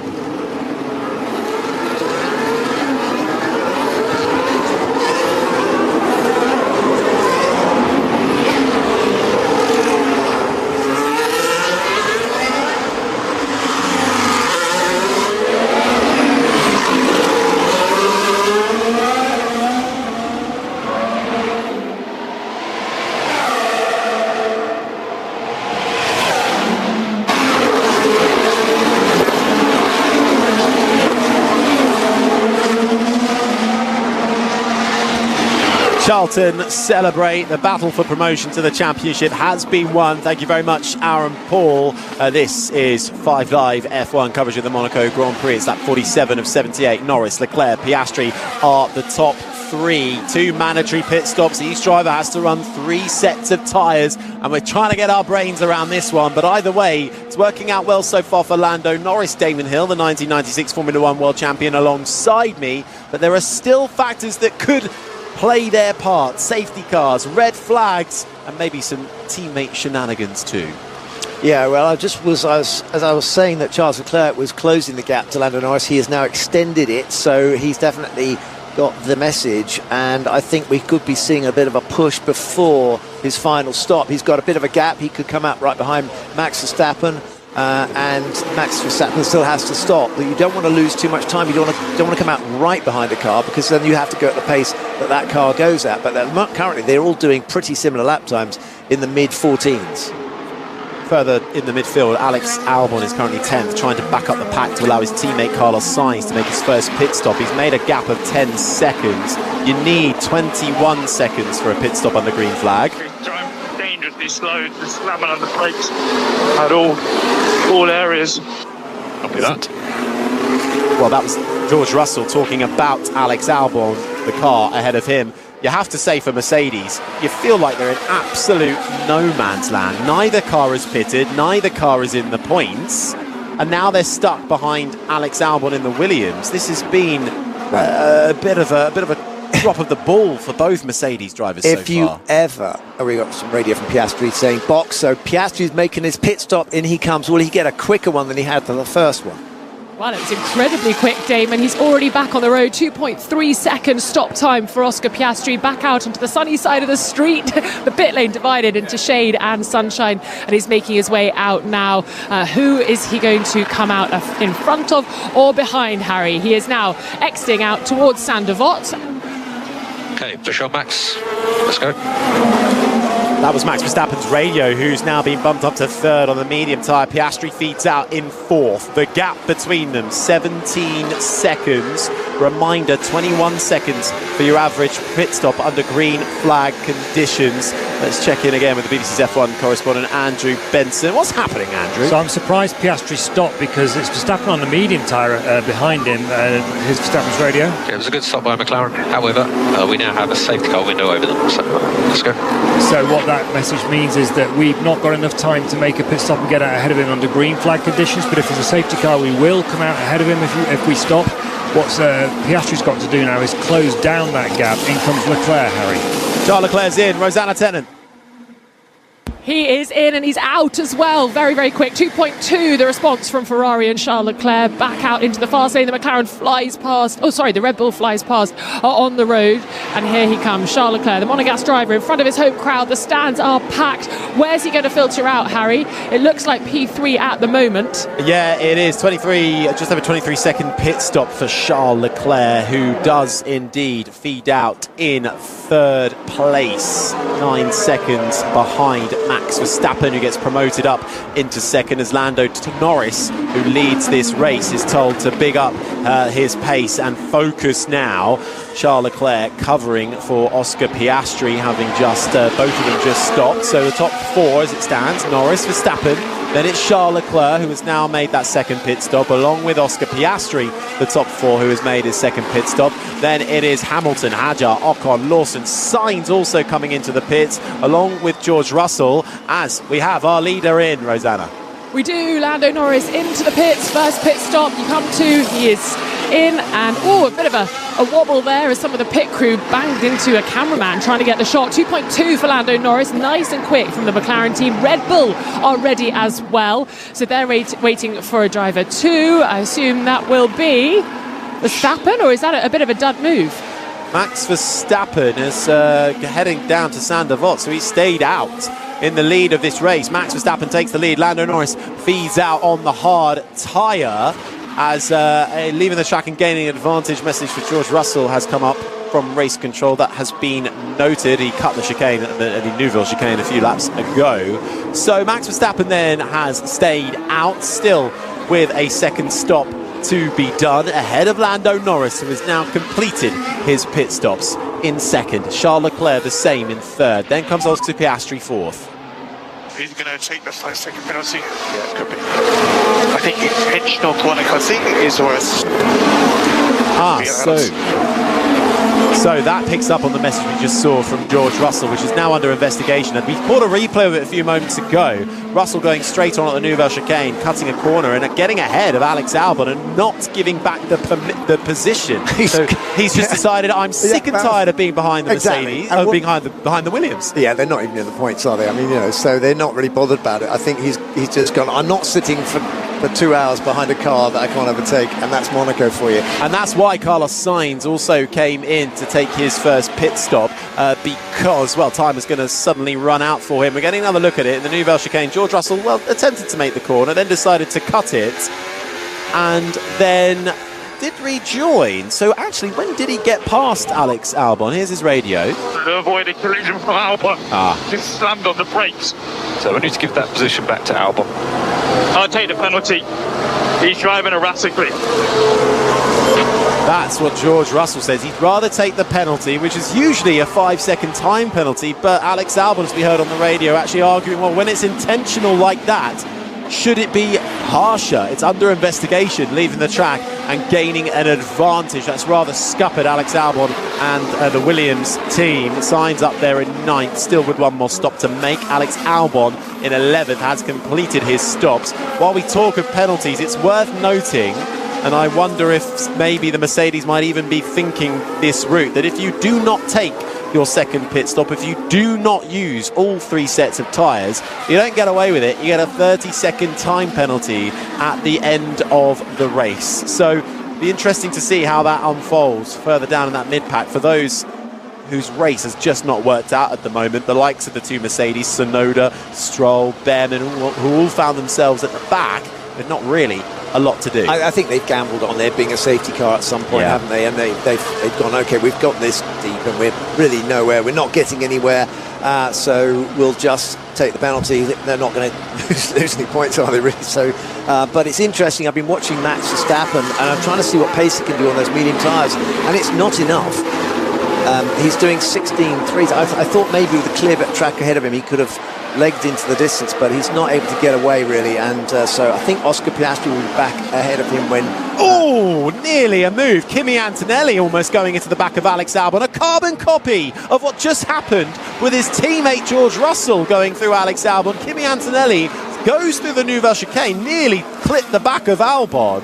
Both Mercedes using that same move to get in front, but Kimi Antonelli lets the Williams through, and I wonder if it's because that George Russell has been given a penalty, and it's harsher than 5 seconds. It's a drive-through penalty for George Russell. I can't remember the last time we actually saw a drive-through penalty given out in a race, but it is happening today, and it is going to happen with George Russell, who must take it within the next few laps. Well, just trying to watch this replay, and definitely George was complaining about Alex braking erratically, and as we watched the replay, Kimi Antonelli had to go up on the curb and nearly into the barrier to avoid hitting the back of the Williams. Max Verstappen is the sound you're hearing as well, also struggling to slow his car down in the Nouvelle Chicane braking zone. Cuts the corner, not as dramatically, no car there. He's right behind, well, he was right behind his teammate Tsunoda. I'm not sure who has made it fairly easy for him to get by. Verstappen trying to navigate the lapped traffic. Verstappen is the man who leads this race, by the way, but he is yet to pit. As down the inside of the Aston Martin goes Charles Leclerc into the Nouvelle Chicane. It's not a move for position, it's Leclerc desperately trying to get through the traffic to stay with Verstappen out in front, but a reminder, Verstappen still has to come in for another pit stop. Those behind do not. Charles Leclerc in second.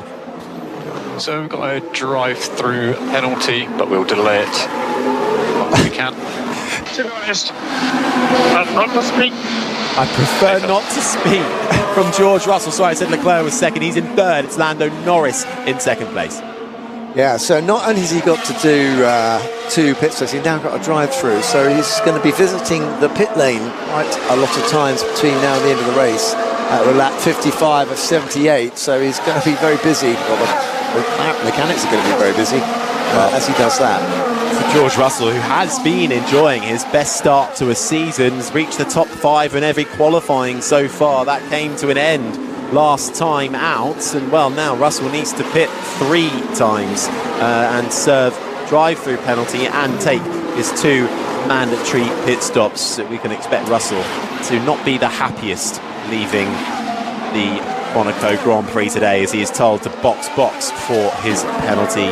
Verstappen leads on lap 55, 2.5 seconds clear of Lando Norris. Verstappen yet to make that second pit stop. Norris has Leclerc 2, Piastri 4th, Hamilton 5th, Hadjar 6th ahead of Ocon. Lawson as Sainz comes into the pits to take his second mandatory pit stop, so that's the second one completed for the Williams drive. Then it's George Russell who comes into the pits to serve his drive-through penalty. Albon 11th, Antonelli, Tsunoda, Stroll, Behrman the top 15. Then comes Colapinto, Bortoleto and Nico Hulkenberg, the 18 remaining cars in this race. 2 retirements, Fernando Alonso and Pierre Gasly. Now, Max Verstappen has stayed out, trying to hope for some sort of safety car window to Oscar Piastri, who pitted and is now in 4th, but that window has now gone. 7 seconds between Piastri and Charles Leclerc, but between Max Verstappen and Piastri it's 11.6 seconds.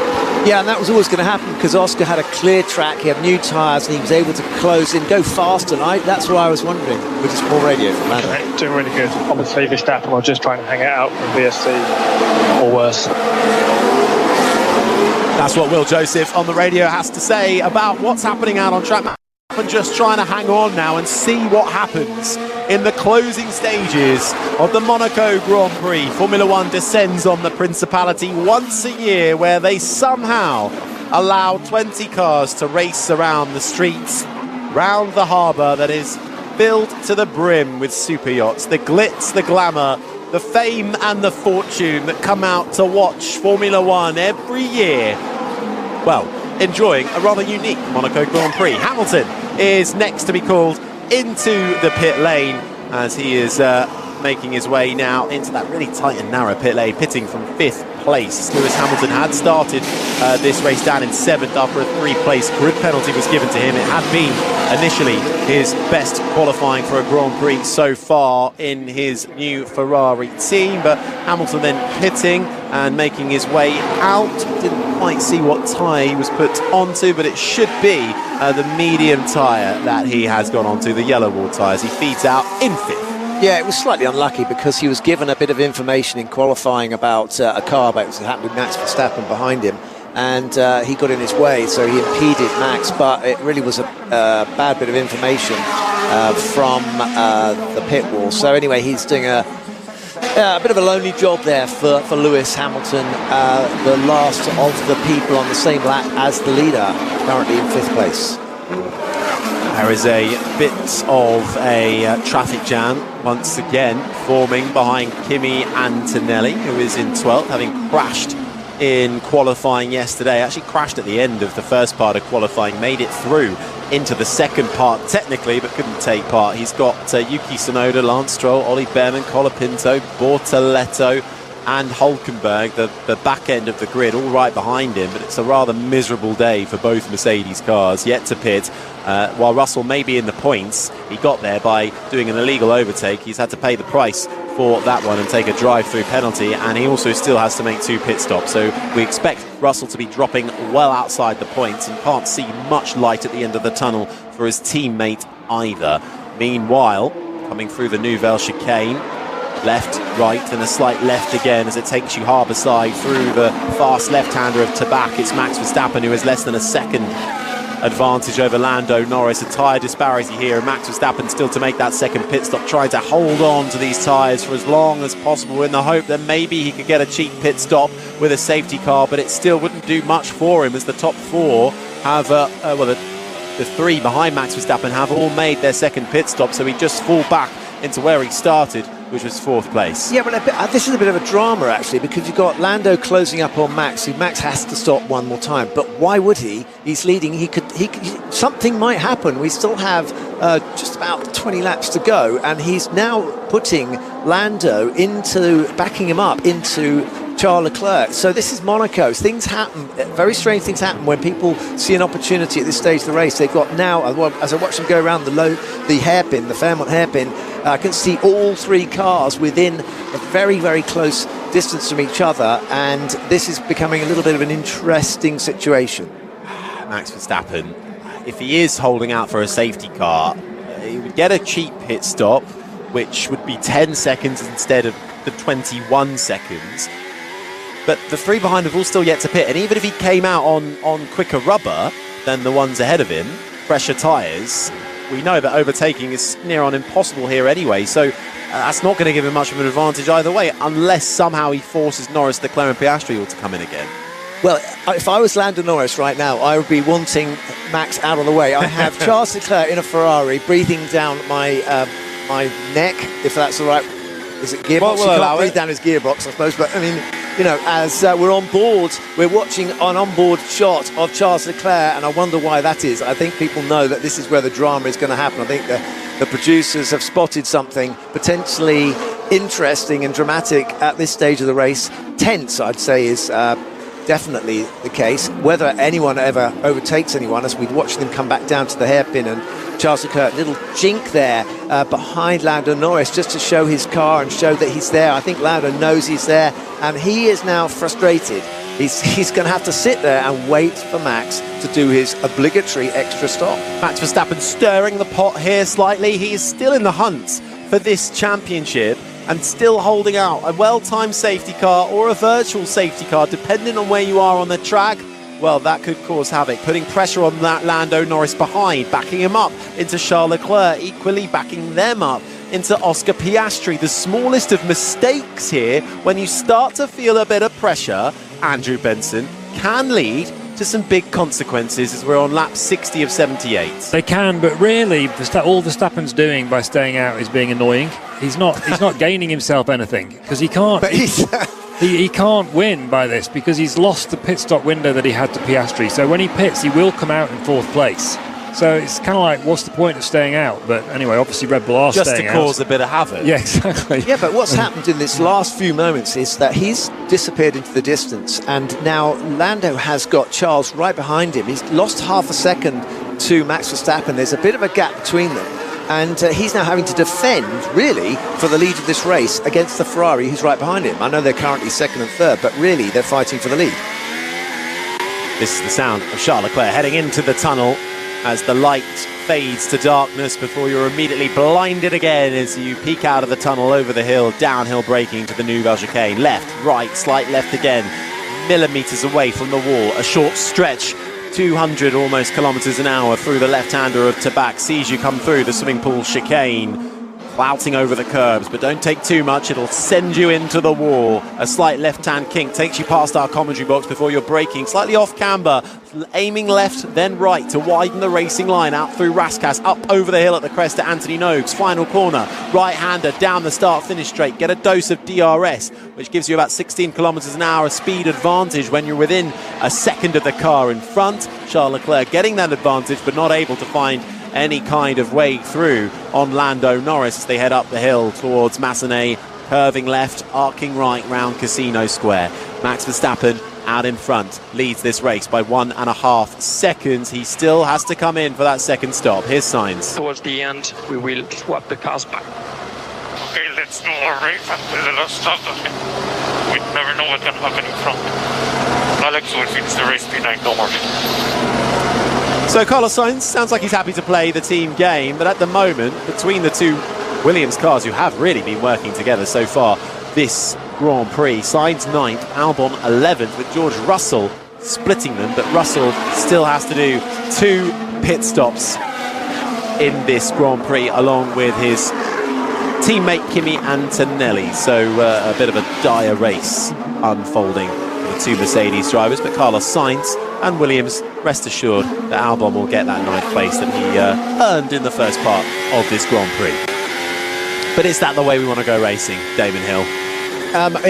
In what ways do you mean, Harry? Well, I suppose there is an argument to say the two Williams, I think it's been exaggerated by those two. Also, we saw with the Racing Bulls that they really have manipulated the race, managed the pace, backed cars up behind them to allow the other to pit and then do it again and reverse the situation. Is that Formula One racing? It's team racing, isn't it? I mean, I think it's this sort of race is actually a good example of how you can actually gain. And they would have been sitting down there with the strategists and going, okay, how can we use 2 cars to get the best result for at least one of them? And it doesn't sound like it's very fair. I think Alex may have lost a few friends in this race by doing his tactics of trying to put them off and braking early, but neither Mercedes drivers liked what Alex Albon was doing there. But Carlos Sainz is doing his bit, and he's, the pair of them are going to try and get one car into the top 10, which is better than Mercedes. Williams might be feeling a little disappointed when they come away from this Grand Prix either way, because at certain points during practice, and indeed coming off the back of last week in Imola, a podium didn't look too far out of reach, certainly for Alex Albon. But for the London-born tie with 3 top 5 finishes so far, on track for another point score, and Carlos Sainz, who has scored points in every visit he has made to Monaco so far, looks set to continue that streak as well. Williams coming into this race sitting pretty as best of the rest with 51 points to their name in 5th. They'll earn at least 3 more come the close of this Grand Prix. It's lap 64 of 78. Live from Monaco, this is the 8th round of the Formula One World Championship, a race that has seen 2 pit stops become mandatory in what was always a one-stop race. Pirelli and the FIA asking and making a tweak to the sporting regulations that every driver has to run 3 sets of tyres in a bid to try and spice up the action on a Sunday. Often we go from one of the best Saturdays, qualifying day in Monaco, the best by far of the year. The Sunday race at a track where the cars are a little too big for overtaking. This is what we have tried to do to create some strategic headaches for those up and down the field, and I think it has been a success so far, with lap 64 of 78 coming to a close. as we're going to get the first of the Mercedes pit stops. Just looking out of our commentary box window, we've got a great view of the Mercedes pit box. The mechanics waiting there with the medium tyre to put onto George Russell's car as he hits his spots. Rosanna Tennant. He is there, yes, in the Mercedes pit box. Mechanics were ready, as you say, with the medium tyres.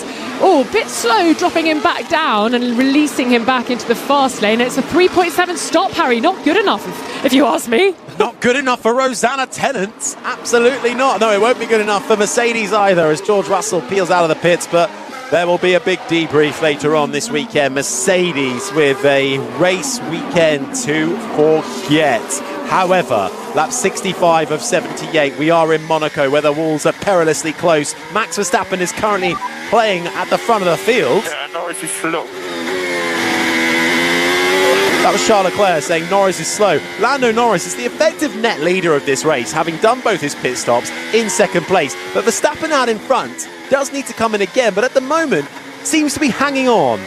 Whether that be a safety car, but it won't help him too much if he gets a safety car. There's not enough gap time between himself and Lando Norris behind to get himself up onto the podium. I wonder though, Lando Norris now seems apparently to Charles Leclerc to be slowing. 7/10 between them. It's Verstappen, Norris, Leclerc the top three. Piastri is fourth, Hamilton fifth, Hadjar, Ocon, Lawson, Sainz, Albon the top 10. They are your current point scorers. George Russell has finally made that first pit stop. Antonelli 12th, Tsunoda 13th, then comes Stroll, Behrman the top 15, Colapinto, Bortoletto and Hulkenberg, the two Saubers making up the 18 remaining drivers. No Fernando Alonso, who retired earlier on with smoke coming from his car. Pierre Gasly, who hit the back of... who did he hit the back of? Yuki Tsunoda earlier on today and is out of this race. And we were talking about Williams earlier, Damon. I think Carlos Sainz has just been given the call to swap positions back with his teammate, who is now right behind him as they make their way into the tunnel. Yeah, they're working well, these two, aren't they? And I think Carlos Sainz has been very sporting about things. He has also had some bad luck in the start of this season, but he's also shown that he's got the pace as well. And as we watch now, Alex Albon is passing Carlos Sainz and getting his place back as he was promised. So, George Russell still has a pit stop to make from 11th. Kimi Antonelli still has 2 pit stops to make from 12th. Lance Stroll has a pit stop to make from 14th. And then both Red Bulls still have a pit stop to make. Yuki Tsunoda, though, is down in 13th. Max Verstappen is leading the race. You have to make 2 pit stops. You have to use all 3 sets of tyres by the checkered flag. Otherwise, you will receive a 30-second pit stop. George Russell has technically been through the pits twice, but one of those was to serve his drive-through penalty. He still has to make another tyre change to come into the pits before we get to the checkered flag. Yeah, we're watching replays of Oscar Piastri going very close to the barrier. I mean, this is the time of the race where people get tired. You know, Max Verstappen is out the front. What are Red Bull thinking? They're opportunists, they're racers. They know that they want something, they need something to happen. Otherwise, they're going to have to be content with what is going to be at best 4th place.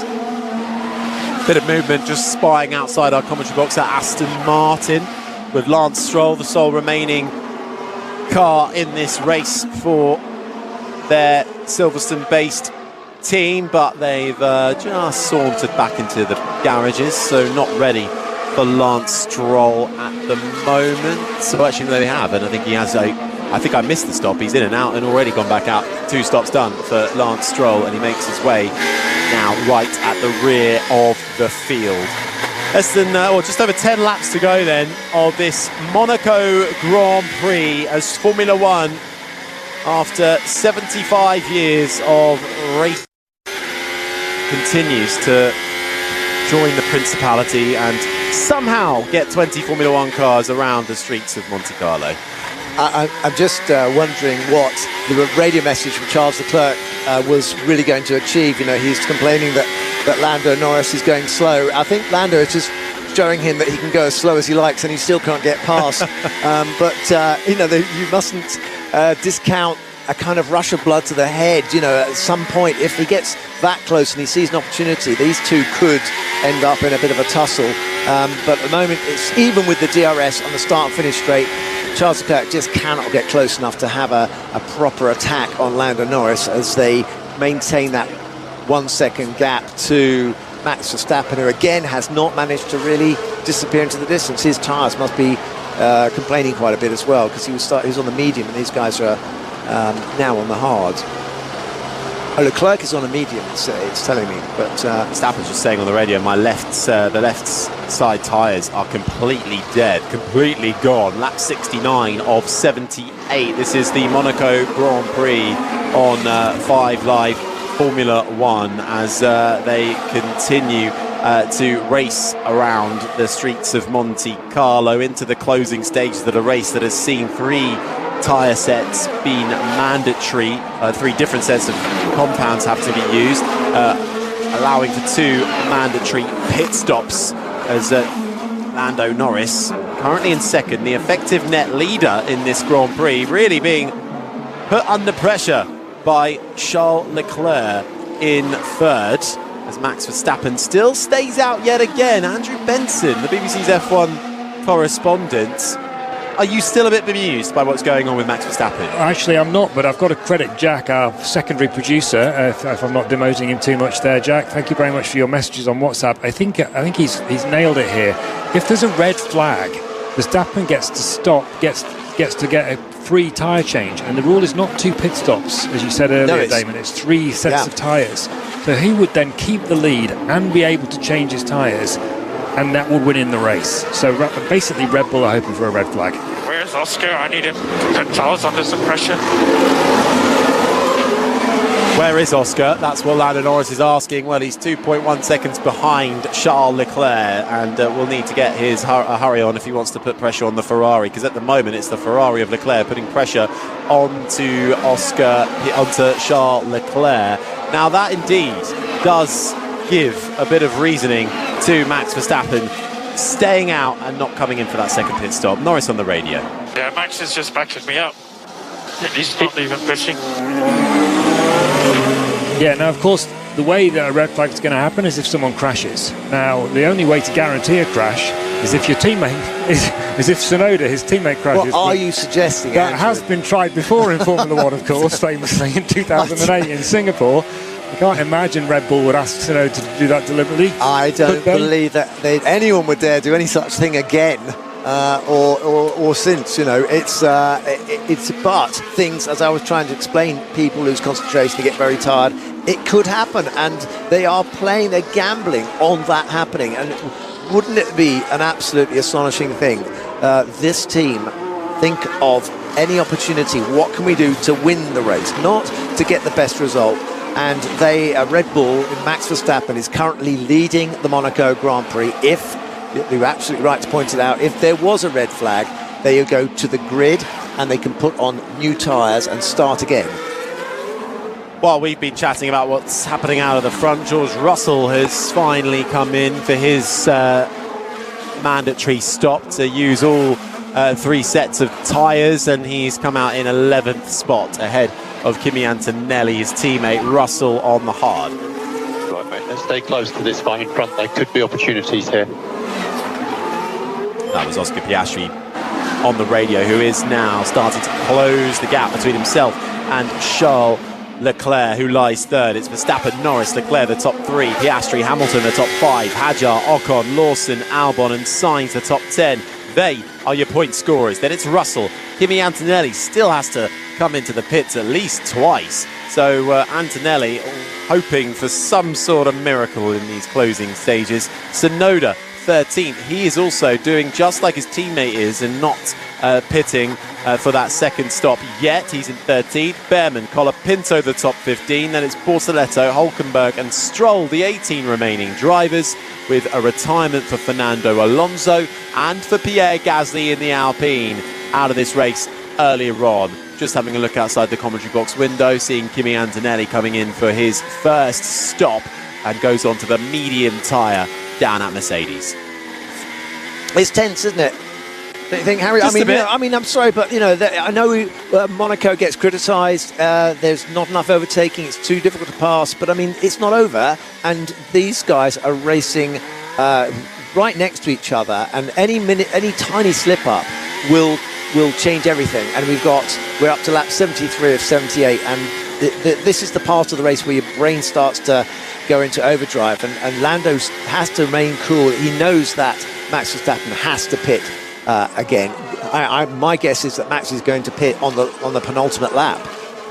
Concentration has to be at an all-time high in Formula One in general, but in particular at the Monaco Grand Prix, lap 73 of 78. Still the opportunity for mistakes to be made. Max Verstappen hoping perhaps for some sort of red flag to allow him a free pit stop and get that other tyre set onto his car and somehow miraculously win this race. Lando Norris effectively, if we get a green flag to the end, net leader. Then it's Leclerc, Piastri, Hamilton the top 5, Hadjar, Ocon, Lawson, Albon, Sainz the top 10. At some point, probably on the last lap, Max Verstappen and Red Bull are going to have to make the decision to come in, because otherwise they're going to be given a 30-second time penalty, or maybe actually they might not even bother, because it's 51 seconds back from Max Verstappen to Lewis Hamilton. So even if Verstappen is given a 30-second time penalty for not using all 3 sets of tyres, we shall see. He'll finish in the position he started in anyway. Yeah, interesting one. That would sound like Red Bull to me. They think of everything. Oh my God! Not the case for Yuki Tsunoda though, who would be is currently 12th and having a rather miserable race.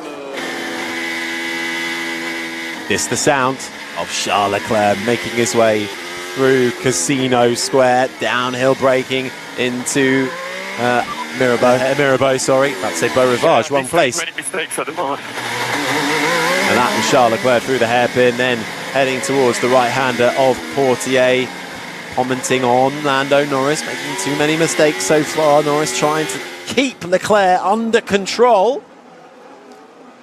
Verstappen, inch perfect through the swimming pool chicane. You say inch perfect. We're watching a replay of Max Verstappen going past the exit of the swimming pool section, and I wonder whether they were showing a replay because they were going to show how close he got to the barrier, but he left a pretty large margin for Monaco. I mean, we could put maybe a tennis ball there between the tyre and the barrier, so quite a big gap for a man of his calibre.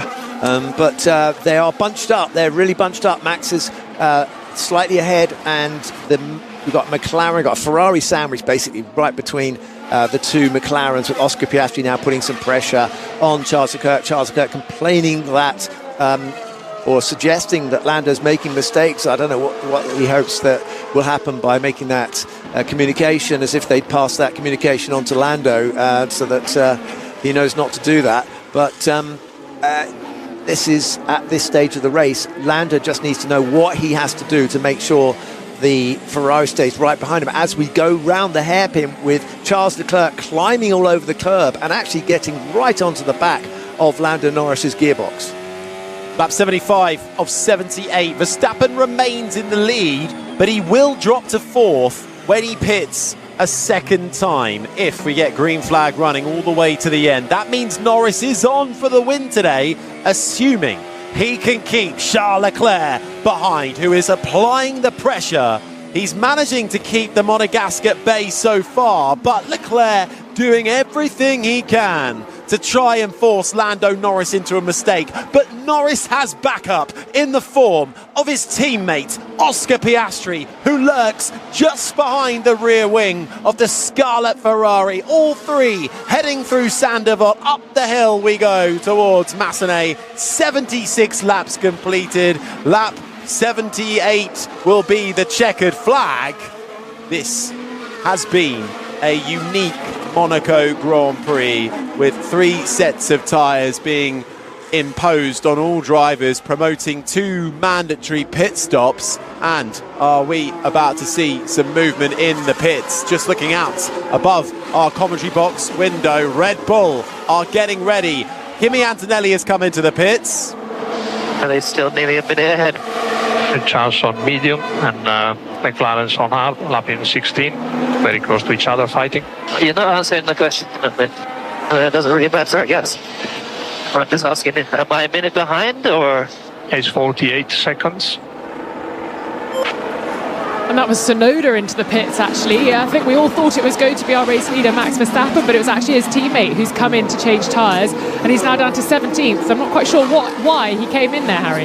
I wonder if they were just cutting their losses at this point for Yuki Tsunoda, even with a red flag. He would have not massively benefited anyway. Even if he could get a free stop, it wouldn't have rocketed him up the order. Antonelli has finally taken that second stop, and that's the only car Tsunoda is ahead of at the moment. So Tsunoda and Antonelli, the Red Bull and the Mercedes, the last cars currently remaining in this Grand Prix. As we're on the penultimate lap, Max Verstappen still with a pit stop to make.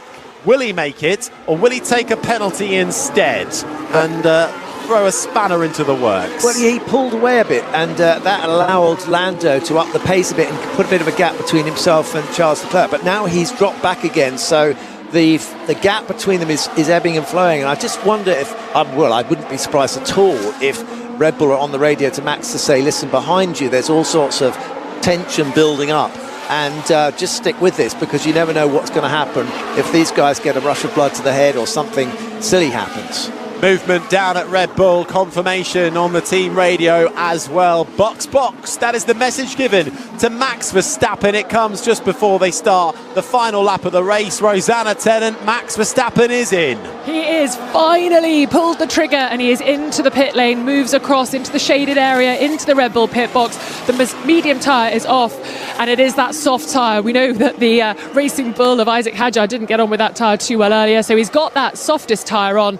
Let's see how he fares on this last lap of the race. Well, he's got enough of a gap of time over Lewis Hamilton. Max Verstappen feeds out in fourth position in this race, trying everything they can, thinking outside the box for Red Bull to try and salvage something and get Max Verstappen onto the podium. They will have to settle for just missing out on the top three steps. Our top three, though, well, they were nose to tail, but Lando Norris is starting to pull away for the win in sight for a man who has 5 Grand Prix wins to his name. One of them picked up this season, his last Grand Prix win coming way back in Australia. He's a few corners away from standing on the top step of the Monte Carlo podium for the first time. Rounds Rascasse, one more corner to go, up and over the hill at Anthony Nogues. Lando Norris wins the Monaco Grand Prix and closes the gap in the championship to his teammate Piastri. Charles Leclerc is second on home soil, a win last year for the Monegasque, a podium the year after, and Oscar Piastri, crucial points given for the championship leader, finishes in third spot. Max Verstappen will finish fourth. He takes the checkered flag. They tried everything, did Red Bull, but ultimately the factors did not go their way, as we see Lewis Hamilton will come home to finish inside the top 5. But Damon Hill, 78 laps complete, and Lando Norris with a brilliant win. And just to show that he was bottled up and he couldn't go anywhere, he's just put in the fastest lap of the race at a 1:13.2. There you go, P1 in Monaco, baby. Monaco, baby! Yeah, baby!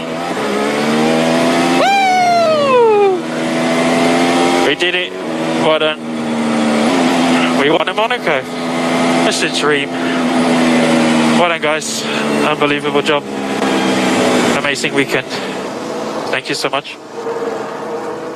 Win a race, win in Monaco, and win a world championship. That is what the pillars are for Formula One drivers that they wish to achieve. Lando Norris with now 2 of those ticked off. He closes the gap to his teammate Oscar Piastri, just 3 points separating them now in the championship. That is the conclusion of the Monaco Grand Prix. We'll be continuing full coverage, and we'll doing the Checkered Flag podcast, full review of what we've just seen coming on BBC Sounds later on today. But for now, for the final day of the Premier League action kicking off, we'll hand back to Mark Chapman. And Peter. Yeah, good job, boy. I guess not much more we could have done today. It's a shame, but yeah, we tried everything.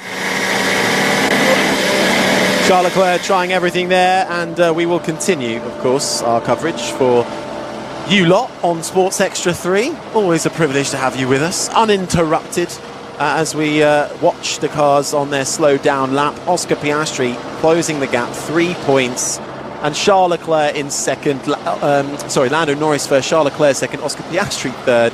Still holds on to that championship lead just by 3 points. And Damon Hill reflecting on what we've just seen. Well, I think did this strategy work? Did this tyre? Yes, I think it did. I think it added a little bit of jeopardy, a bit of confusion, a bit of uncertainty, and I think if we knew that everyone was just going to be happy with one stop, the compulsion they had to go to another set of tyres made it more interesting and confusing. Unfortunately, now they've done it. Everyone knows what to expect next year.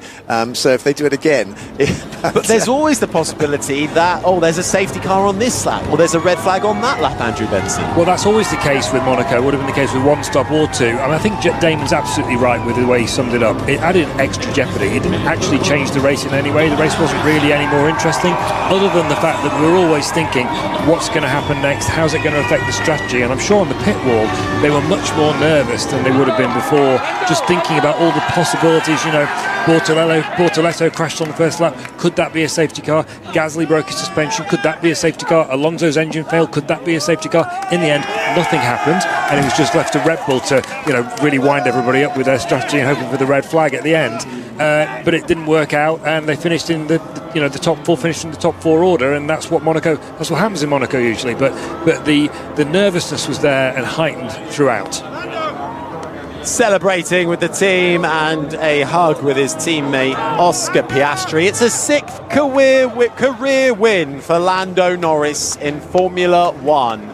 Charles Leclerc, Ferrari's best finish of the season with second in Monaco, and Oscar Piastri, 7th consecutive podium finish for him, getting third. It's actually McLaren's first double podium in Monaco since 2007. I got to say, I think that's an important psychological win for Lando, and also an important psychological gain over his teammate, his title rival, throughout the weekend. He was better than Oscar this weekend, and he had people doubting, and we set up a situation where people doubted whether or not he had World Championship credentials. I think from this performance on, that's going to be a very valuable win for him today. A whole weekend of absolutely impeccable driving, and he's polished the job off. There was a lot of pressure, and he's managed to, I think he's crossed that threshold. Now I think he's gone from maybe thinking the World Championship will happen,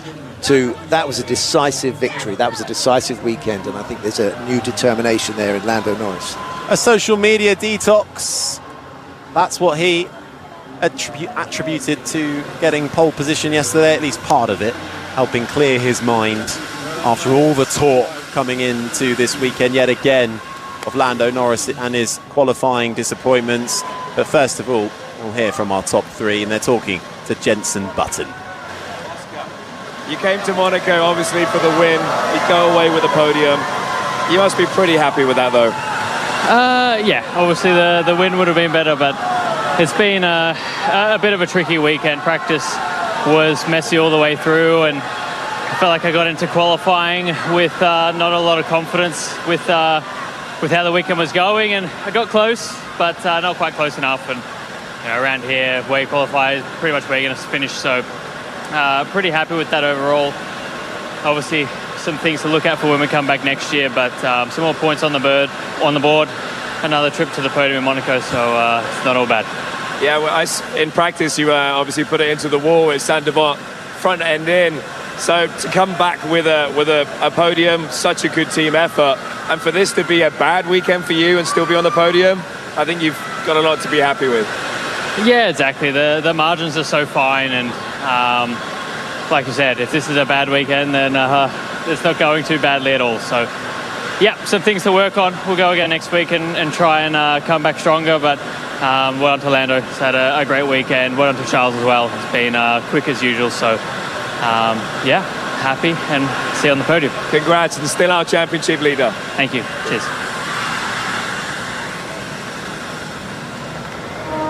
Oscar Piastri, 3 points, his lead. Here's Charles Leclerc. Charles, your home Grand Prix. We stood here 1 year ago celebrating your win. Today, not quite the win, but considering how you felt the car was leading up to this race, reasonably happy? Not really, but at the end of the day, I mean, we lost the race yesterday, and we should have done a better job. Lando did a better job this weekend, and he deserves the win. And on my side, yeah, I realized a childhood dream last year. Not this year, but considering everything, I think it's a lot above our expectations coming here. I did not expect. I thought that being in the top 10 would be a challenge. At the end, we are second, very close to P1. So it's been a good weekend overall. But yeah, I wish I won. With all the traffic out there today, with the two-stop strategies, it must have put you on edge a little bit more than normal. And then the last few laps, you were able to really put Lando under that big pressure. It was great for us watching. How was it from inside the car?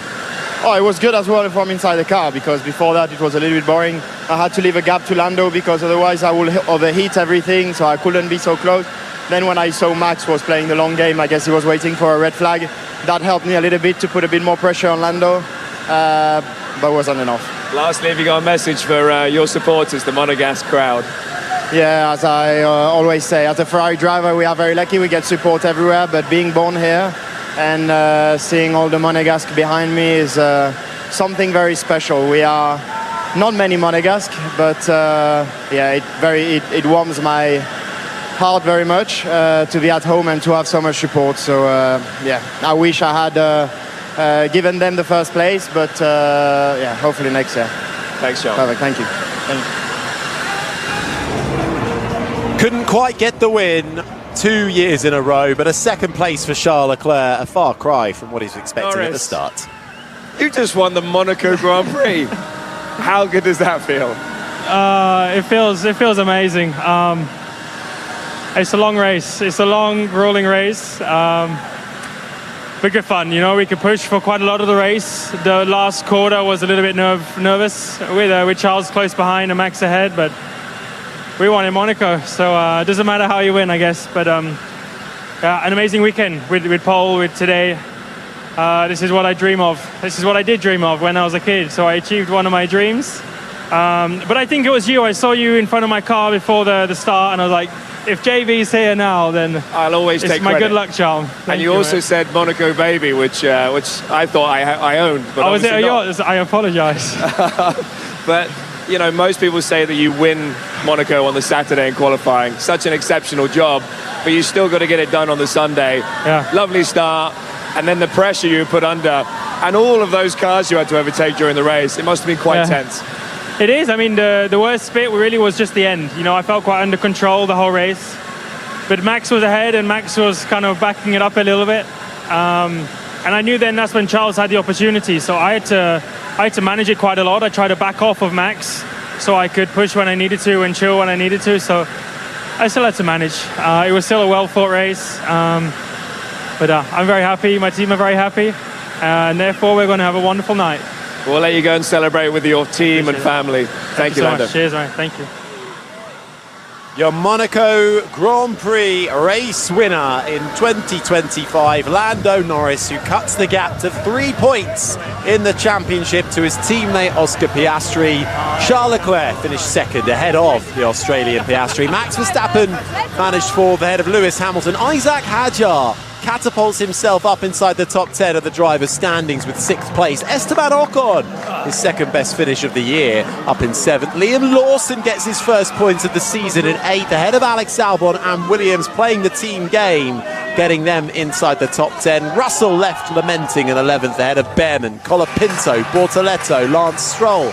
The top 15 with Nico Hülkenberg, Yuki Tsunoda and Kimi Antonelli. The strategy's not working out for them. 18 drivers finishing this race, 2 retired. Fernando Alonso's engine went kaput and Pierre Gasly's Alpine hit the back of Yuki Tsunoda. That brings us to an end of our coverage of the Monaco Grand Prix. My thanks to Andrew Benson, to Rosanna Tennant, and of course to Damon Hill. We will be back next week to seal off this triple header in Spain, and there's a technical directive change there as well, so that'll be something to keep a close eye on. We're going to be reviewing everything we've just seen on the Checker Flag podcast, which will be out on BBC Sounds later on this evening and wherever you get your podcasts. Thank you for your company. This has been an IMG production for BBC Radio 5 Live.